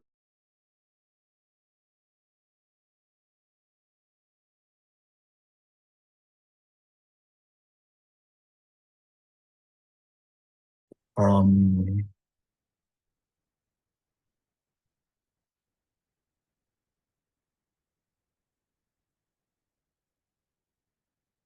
please let me know when you can see my screen so that we Yes, I can see your screen now. All Business right. process management. Yeah. Yes, sir, I So can see your screen too. all right. Thank you very much. So this is the next module that we'll be talking about today, which is business process management. So all types of businesses have ways in which they manage the day-to-day activities of the business, the goals of the business, and being able to manage that effectively is what differentiates a business from making profits or making a loss. And we'll be looking at how we integrate um, data management and IT into business process management. Okay, so what is a business process, right? It's comprised of three main elements: inputs, resources, and outputs. Inputs refers to the material, services, and information that flow through the process, right? The start, like what are the things that are needed to begin this process? What are the things that are needed to facilitate this process? And the resources speaks to people or tools that help to facilitate this process, right? And the output is now what results as a completion of that process. So I'll use the financial institution as an example. Getting a loan is a business process, right? Creating an account is a business process. Getting a Form M, getting dollars from for your travel needs is a process. All those things are treated as individual processes on its own. So a real life example is the COVID test booking. So I was a part of this project, something like this when there was COVID, where we needed people to have test dates immediately they land at the airport. So you get to the airport, you pay, I think it was 52,000. Paying the 52,000, then you generate a QR code for you. That QR code or link, you'll be given a date where you go to a center to get tested and all those things. Now, to be able to populate that form, you can see the inputs there: personal information, preferred location, time slot selection. The resources are the testing facility, the healthcare personnel, and the booking system, while the output for that process is to get booking confirmation and the test details and result notification. So that entire process, it ends when you've gotten confirmation whether you have COVID or not. So that is a business process. From the beginning to the end, we have inputs, which is basically on the form. We have the resources, the people that even facilitate that process of testing you and making sure that, okay, even if you have COVID, you are not making it contractable to other people. Those are the resources, and the output is the final destination of that. So key functional areas for BPM is accounting, finance, marketing, and operations, right? In most processes, you need to process payment, generate invoices, get financial statements, and in finance, getting a loan, forecasting the year's trends, investment management, and all those things. They are very key functional areas in business process management.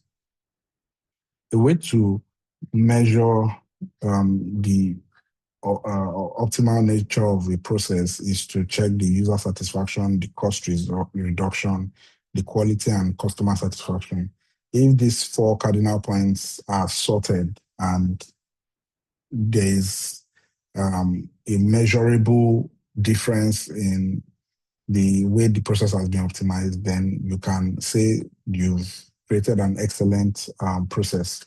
There are some processes that it might be as a result of having too many steps, meeting too many people. So those kind of processes can be re-engineered to have, maybe it used to be a 5-step process, now it's a 3-step process. That will increase efficiency and also increase user satisfaction because that reduces the turnaround time needed to complete those kind of processes. 3 approaches to process improvement. So we have the business process re-engineering. The organizations that have this as a department on its own, where they look at the processes within the organization and see how to optimize them, right? Let's say if you want to go on leave as a junior staff, when you raise the request, it goes to your unit head, it goes to your group head, it goes to your divisional head. But if they find out that, oh, as a junior staff, why should your divisional head know that you're on leave? Let's remove the divisional head step. That is something that has been re-engineered. Or let's remove the group head and divisional head. Let only your unit lead know that you're on leave. Those are ways that processes can be re-engineered. So radical rebuilding of core processes for optimization, right? We also have the business process improvement. And there's a gradual evaluation to identify improvement areas, right? Instead of rebuilding from scratch, you are saying, oh, we can improve this in this area, we can optimize it this way. And for business process management, it's also a continuous effort in reviewing and analyzing for continuous optimization. So there are tools that help do this. A popular tool will be Process Maker. Process Maker is used by several large organizations and it's created by a company called Colosa. Business process management is really a game changer for organizations. So if you look at business process improvements in action in social media marketing, for example, let's say there's a problem, a low click-through rate in your adverts. After analyzing, you see that, okay, the ads lacked visual appeal, unclear messaging, and you can then create a solution around improving that, which is to enhance the ad creatives. A/B testing refers to having maybe 2 designs and then testing with those 2 designs to see the ones that convert the most. And if done correctly, you will see improved engagement and conversions. Also, there's something called a design thinking methodology, which every serious user interface designer currently knows. So they empathize with the user to say, okay, what are the customer pain points? Why don't they want to use our platform? What is wrong with our business that people don't return to the business? Because if you don't have returning customers, you soon run out of first-time customers.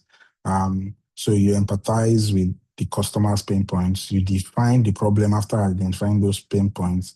Then you generate possible solutions after identifying those problems. You test those solutions, which might speak to A/B testing to see, okay, which ones work and which ones don't. Then you deploy the effective ones and then get positive results.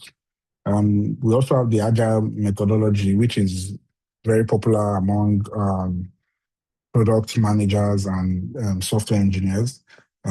It's the opposite side of doing waterfall methodology. So the agile methodology encourages short development cycles, 2-week sprints. Even in some cases, you have 1-week sprints where things need to move really fast. Continuous feedback. So there are some times when you might wake up and on your app, you see that your WhatsApp is acting differently.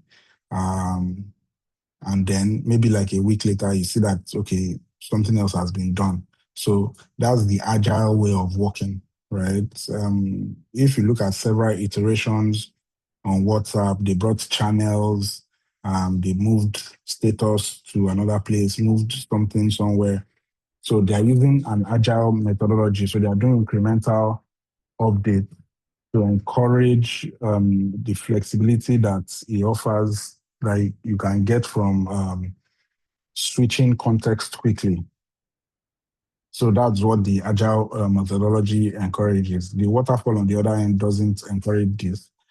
So we also now have the BPM key parameters, which are strategic alignment, methods, and culture. So strategic alignment speaks to aligning the processes with organizational strategy and priorities, right? So if you are working in a retail store, there are specific processes, and a way to determine what the process should be is to look at what people are doing manually and how it can be shaped into a process, right? So most times, the first point is when you look at the processes that allow a business to run day to day, you think of how to now automate it by including business process management in it.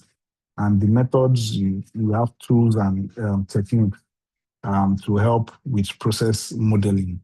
Also, a supportive culture or environment that values business process initiatives, because there are sometimes there will be some form of pushback. Maybe you're taking somebody out of the approval process and they want to be there, but you don't know why.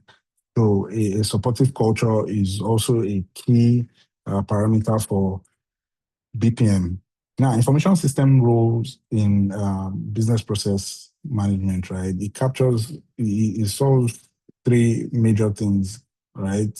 It captures and stores process data, right? All the data that has been imputed. If you remember the 3 things that are necessary for business process management: inputs, resources, and outputs, right? So the inputs is definitely data. That's very important.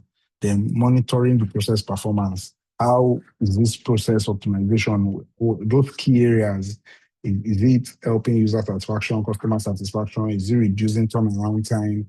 Is it helping the business to be more efficient? So another area is to facilitate communication and coordination. A real example is a retail store system. The first thing is input, which is to record sales, transactions, products, quantity, customer information. And then we now start to monitor the performance. So there should be KPIs, the conversion rate, customer retention, customer satisfaction. Then based on those things, we can now decide if, we're expanding into this part of this business, or we are taking our foot off the pedal for this type of business. So these three key areas are always going to be important, but they can be tweaked based on the business that you're running. So there are different types of business process management. There's a full automation, and there are some that might require some level of human input. So if something is fully automated, for example, real-time reports, we don't need people opening Excel to start imputing stuff. Automated alerts. Today, for example, I think there was a solution that was implemented in one of the financial organizations that if the ATM is low on cash, it sends a message to the operations head to let them know that, oh, machine at Adeola Adefiu branch is low on cash and all that. That is a business process that can be very manual, but has been fully automated by creating alerts. Also, system-generated responses. For example, this example here, let's say your threshold for having low stock is 20 items. Immediately it gets to 20 items, you don't need somebody to go and count. You just get a fully automated alert to say you are low on social item in your inventory. And we now have a semi-automated, which requires some level of human input, strategic decision, judgment calls, things that need approval legs.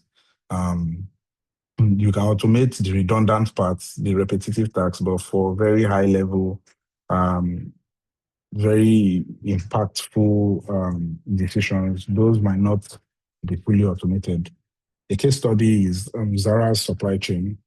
Zara is able to get things out in 2 weeks, whereas industry standard or industry average might be 6 months.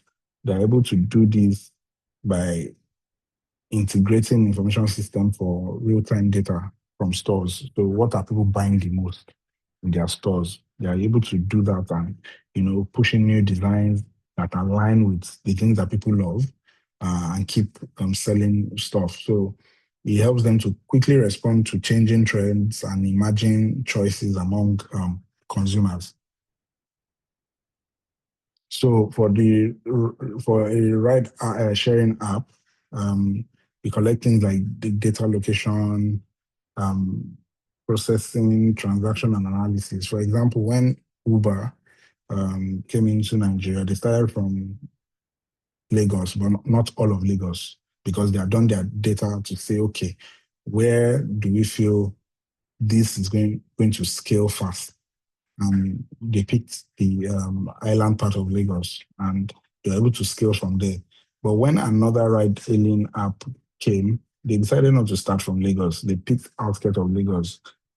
So all this can be based on the existing data collection to say, okay, how do we get this data? Also, in their business, the day-to-day business, they now use this information again to calculate the best route, and well, they rely on Google Maps and the likes and NVIDIA's solution to get this.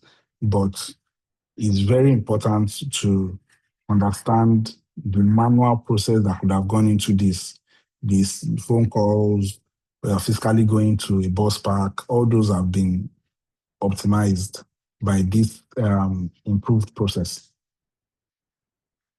So benefits of an effective BPM, you can have up to 30% cost savings because we know that having an effective BPM is not just going to drop in your laps. You have to spend money to be able to have those things in place. But optimizing your operations will get you as high as 30% cost savings or even more than that. You now have faster delivery because you know exactly where you're going to. You're able to calculate the time it takes to get all those things done. So you're able to reduce the turnaround time that is required to fulfill any of those processes, depending on the industry you're playing in. You're able to make better decisions, right? You have all the data points to know the age group, the type of customers, the location of the customers. So you're able to make informed decisions. That's why sometimes there are some banks that are not in the particular areas because they've done the feasibility studies and they're like, putting a bank here is not going to be profitable. And you go to some places, you see the same bank, 3 on a street, is also based on information. So you're able to make better decisions and also able to satisfy your customers by putting optimal business process management in place. Common challenges to BPM, resistance to change, right? People are already used to one way of doing it, or take this letter from office A to office B, and then give that letter to Mr. A. Mr. A will spend an hour before he's able to sign it and all that. People get so used to that cycle that anything that disrupts that might be met with some form of resistance. Also, lack of resources. So time, the budget, and expertise. It costs quite a bit to train an engineer to be able to create, to work with BPMN. It costs quite a bit. And if the organization doesn't have that, then that might be a challenge. Also, if the goals are unclear, it means you just started and you are figuring it out while going, then that might be an issue. Or also system integration problems. So yeah, you will have existing technology in most cases, and to integrate those things into existing platforms might cause some integration problems. I've seen this play out a few times where the language that was used to write the software might be different from what you're integrating into, and then there's a mismatch. These are common challenges that happen when trying to optimize BPM. But for best practices for success, you start small, which is in line with being agile. You're not trying to do a very big launch. You are doing it one by one process at a time, and getting it done. And you also get input from the people that will use it, because if you create stuff for people and don't carry them around, they're most likely going to dump it. And after getting them on board, you need to now measure the results. KPIs will show whether it's working or not. And you don't just stop at that, you continue to refine and improve it so that you can experience like a higher level of success. So the future of business process management is AI integration, cloud-based solutions, and real-time analytics. We have quite a number of these already. AI integration. So AI integration for BPM might also involve RPO, which is robotics process automation. People use that today for analyzing, for example, NIP transactions, so interbank transactions. Instead of opening an Excel file that contains a lot of transactions, you have RPA in place to help you go through that list, filter out the ones that failed, and also initiate a refund or retry of those transactions. So the future of BPM is very, very bright, is positive. And so for cloud-based solutions, people favor having it in the cloud and having a physical server sitting somewhere, so that it's accessible anytime and you're able to get things done around the clock. Also, real-time analytics. So it also speaks to monitoring the process to see that it's achieving the purpose that it has been created for.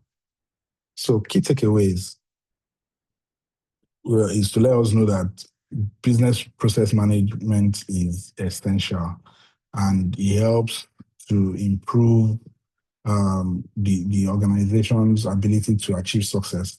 And information systems enable BPM, right? It used to be a manual thing, but it's now automated, and you can use any of the approaches to implement this, and it works in almost any organization. It's not something that is limited to. It's not something that is limited. Oh, sorry, KPI. KPI means key performance indicator. Um, Key performance indicator. That's what a KPI means. So there are multiple approaches, and it's used. I've seen it being used in so many organizations. So it's a very vital part of business. So we'll be moving on to. Are there any questions? I think somebody.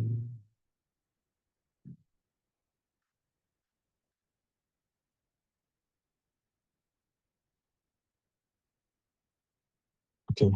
There are no questions. So moving to digital innovation creation, distribution, and commercialization. So what is digital innovation? Right.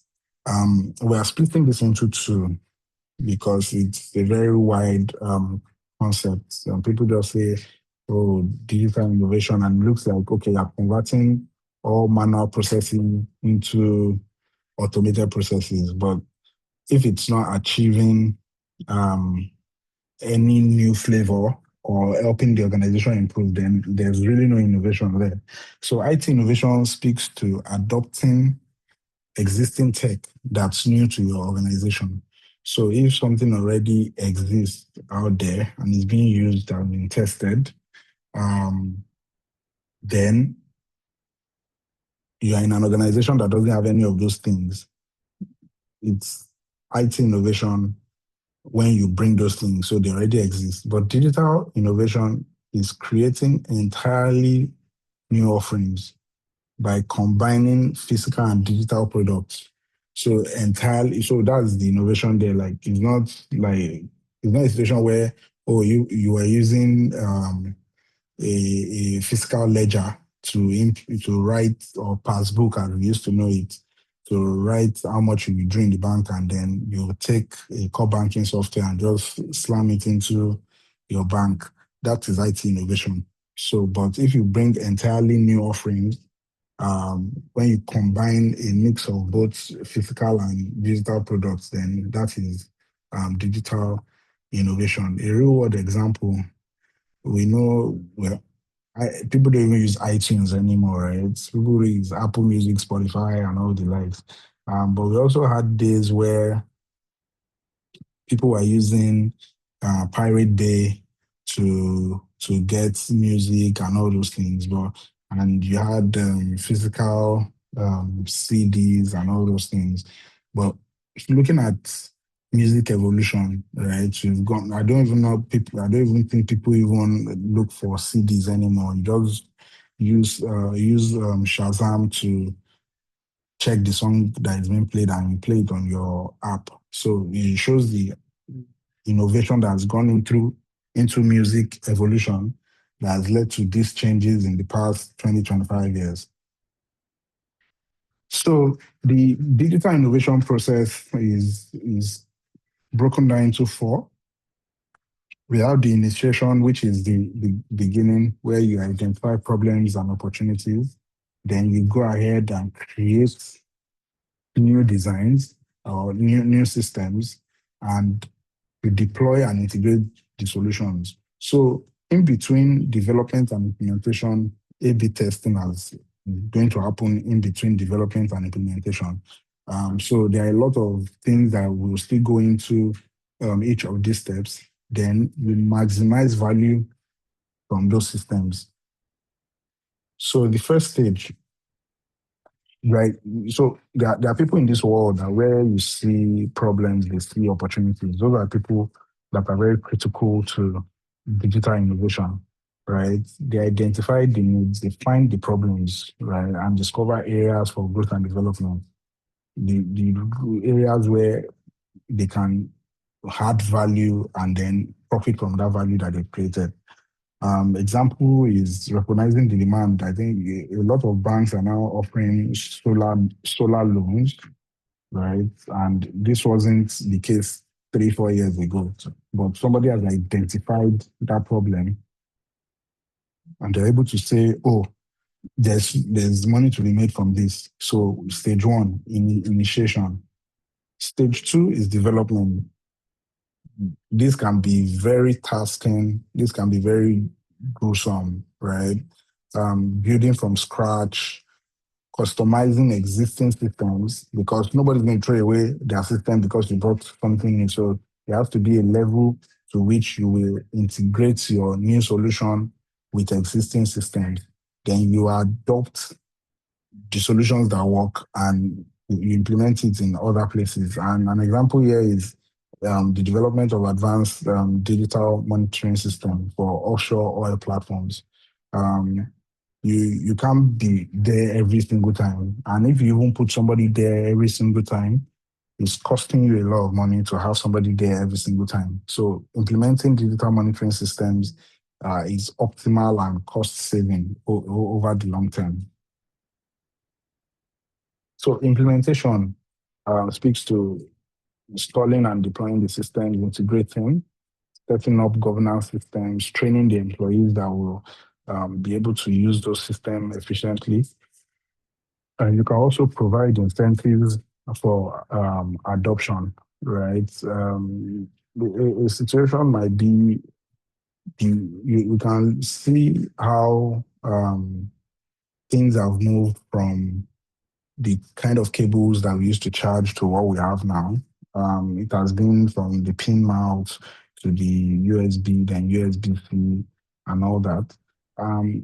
Those have been as a result of innovation. They've looked at the problem. Okay, what's the problem with this pin mount that it can be used, or the 8-mount pin chargers that Sony Ericsson used to use. Those things have shown that digital innovation can happen in any field. Just be the person that sees opportunities instead of problems. For stage 4, you apply your technology for different purposes. You don't restrict it to, oh, this can only work in this sector. You find ways to implement it into several systems, and you extract insights to see, okay, how can we make this product better? And how can we drive growth with this product?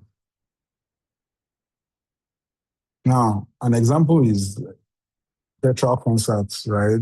Especially at the time when COVID and everything, people couldn't go anywhere. So there was an app that became popular at that point. I think it was Clubhouse. A lot of people enjoyed it and all that. And then out of those kind of things came the virtual concert, because if people can stay together in a place for over 1 hour, 2 hours, then it's possible to have a virtual concert. And that sort of created this example, Travis Scott and Fortnite, 27 million plus players across 5 days. So all those things are very, they are realistic examples that have shown how those things work. So 3 platform strategies, right? You connect customers. So you build a marketplace for direct interaction. You open it to third parties, allow existing platforms to be able to plug into you. So if you create a platform, the least you can do for sign up is to say, okay, you can sign up with your Google Mail, you can sign up with your GitHub or any of these other platforms. Like, make it easy for people to integrate into your platform and then connect the product, create a unified ecosystem of integrated services.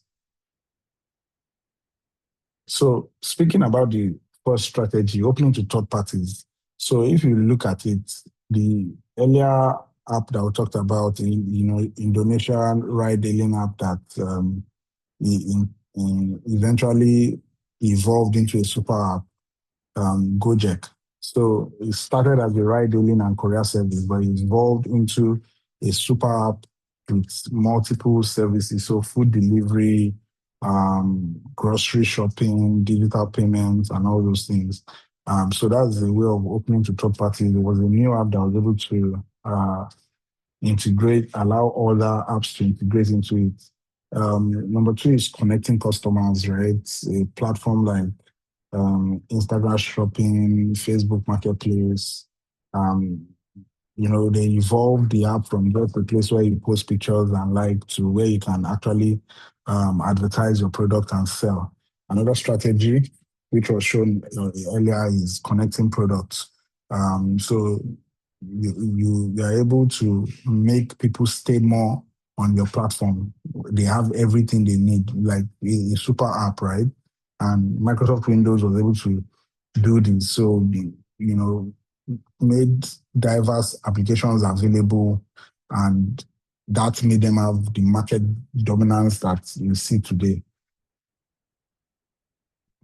So key success factors to measure the success of digital innovation. Look at the internal environment, the external environment, and the outcomes. So within the internal environment, what are the business strategy, the data management and established processes within the organization? And in the external environment, what are the things that are not within your circle of influence, things that you cannot control yet, which are competitor behavior, consumer preferences, and market trends? You can't really control everything that affects the market trends, right? So then you now think of the outcomes, which are new processes, innovative products, and efficient services. So if you are able to balance the internal environment and external environment, you will get very positive outcomes.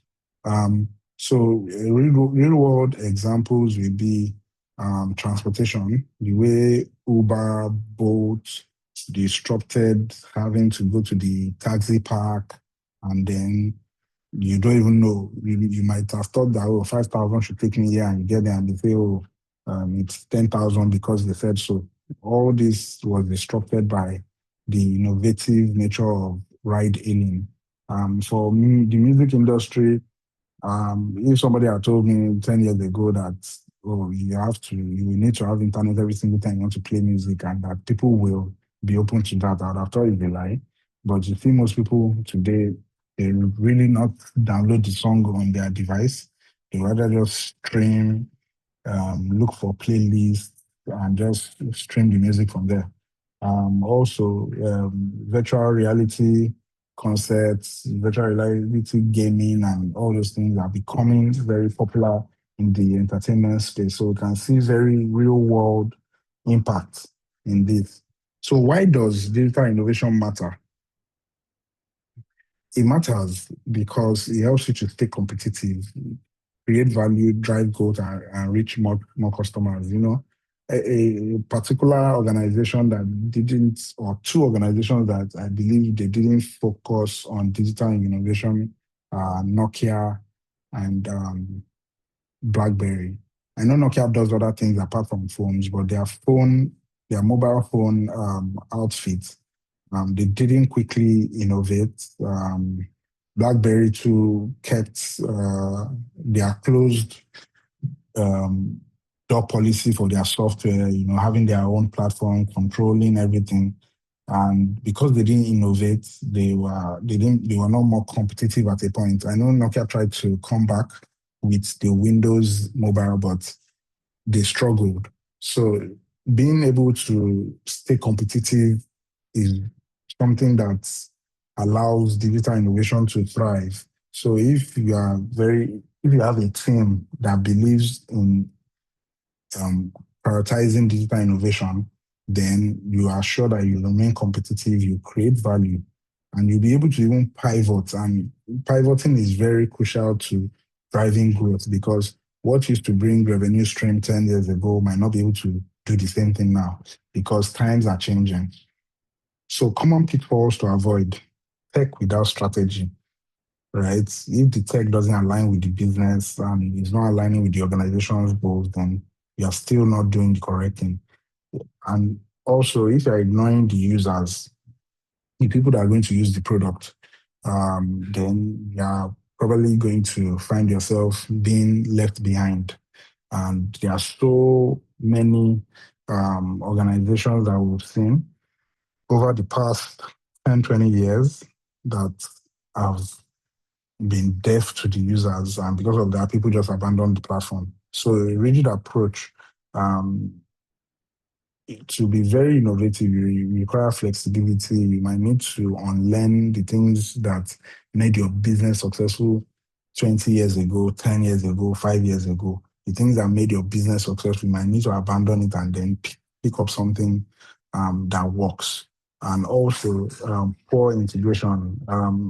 Because you're bringing a new system doesn't mean that existing systems will be binned or abandoned. So being able to seamlessly integrate with existing systems is very important. So steps to get started, you need to define your context, which means understanding the needs of your business, the things that your business needs to achieve through digital innovation. Then you need to choose a framework, an appropriate strategy towards achieving that. You need to engage all relevant parties. So it's not something that you can do on your own. So technology will have to meet business people. You need to speak with operations, HR, customer success, the entire stretch of the organization. Needs to be involved and engaged in this digital innovation. And the last part is to be agile, which is to start small and scale fast. So you need to be agile in your approach. And so, as I said earlier, digital innovation is not just about technology. You need to create value by combining physical and digital elements to meet customer needs. So the innovation stage has 4 stages and the platform has 3 strategies. So this is something to keep in mind. So key takeaways from this is that innovation is equals to strategy plus technology. Innovation is not just technology. And if you have strategy without using technology to drive that strategy, then you are lacking one or the other. Both go hand in hand. And you need to follow the process. You need to also choose your approach, like know your customers, choose your approach, know how they want to be served, know how they want to be assessed.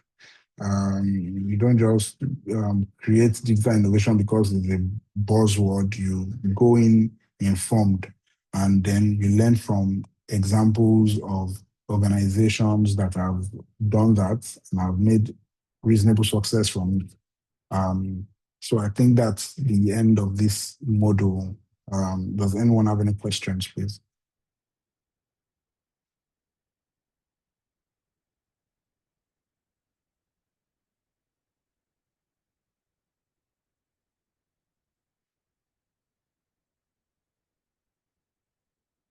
Okay, so if there are no questions, thank you everyone for having me.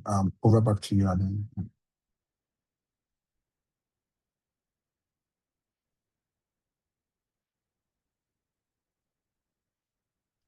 All right. Please a round of applause for our trainer. Thank you so much, Mr. Ayodeji. Damola, are you there?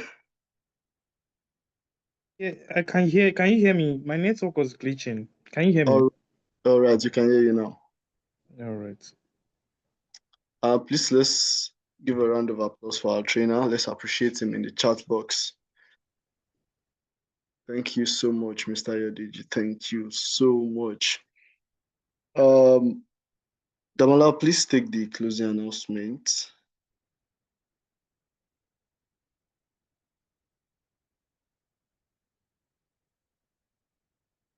Okay.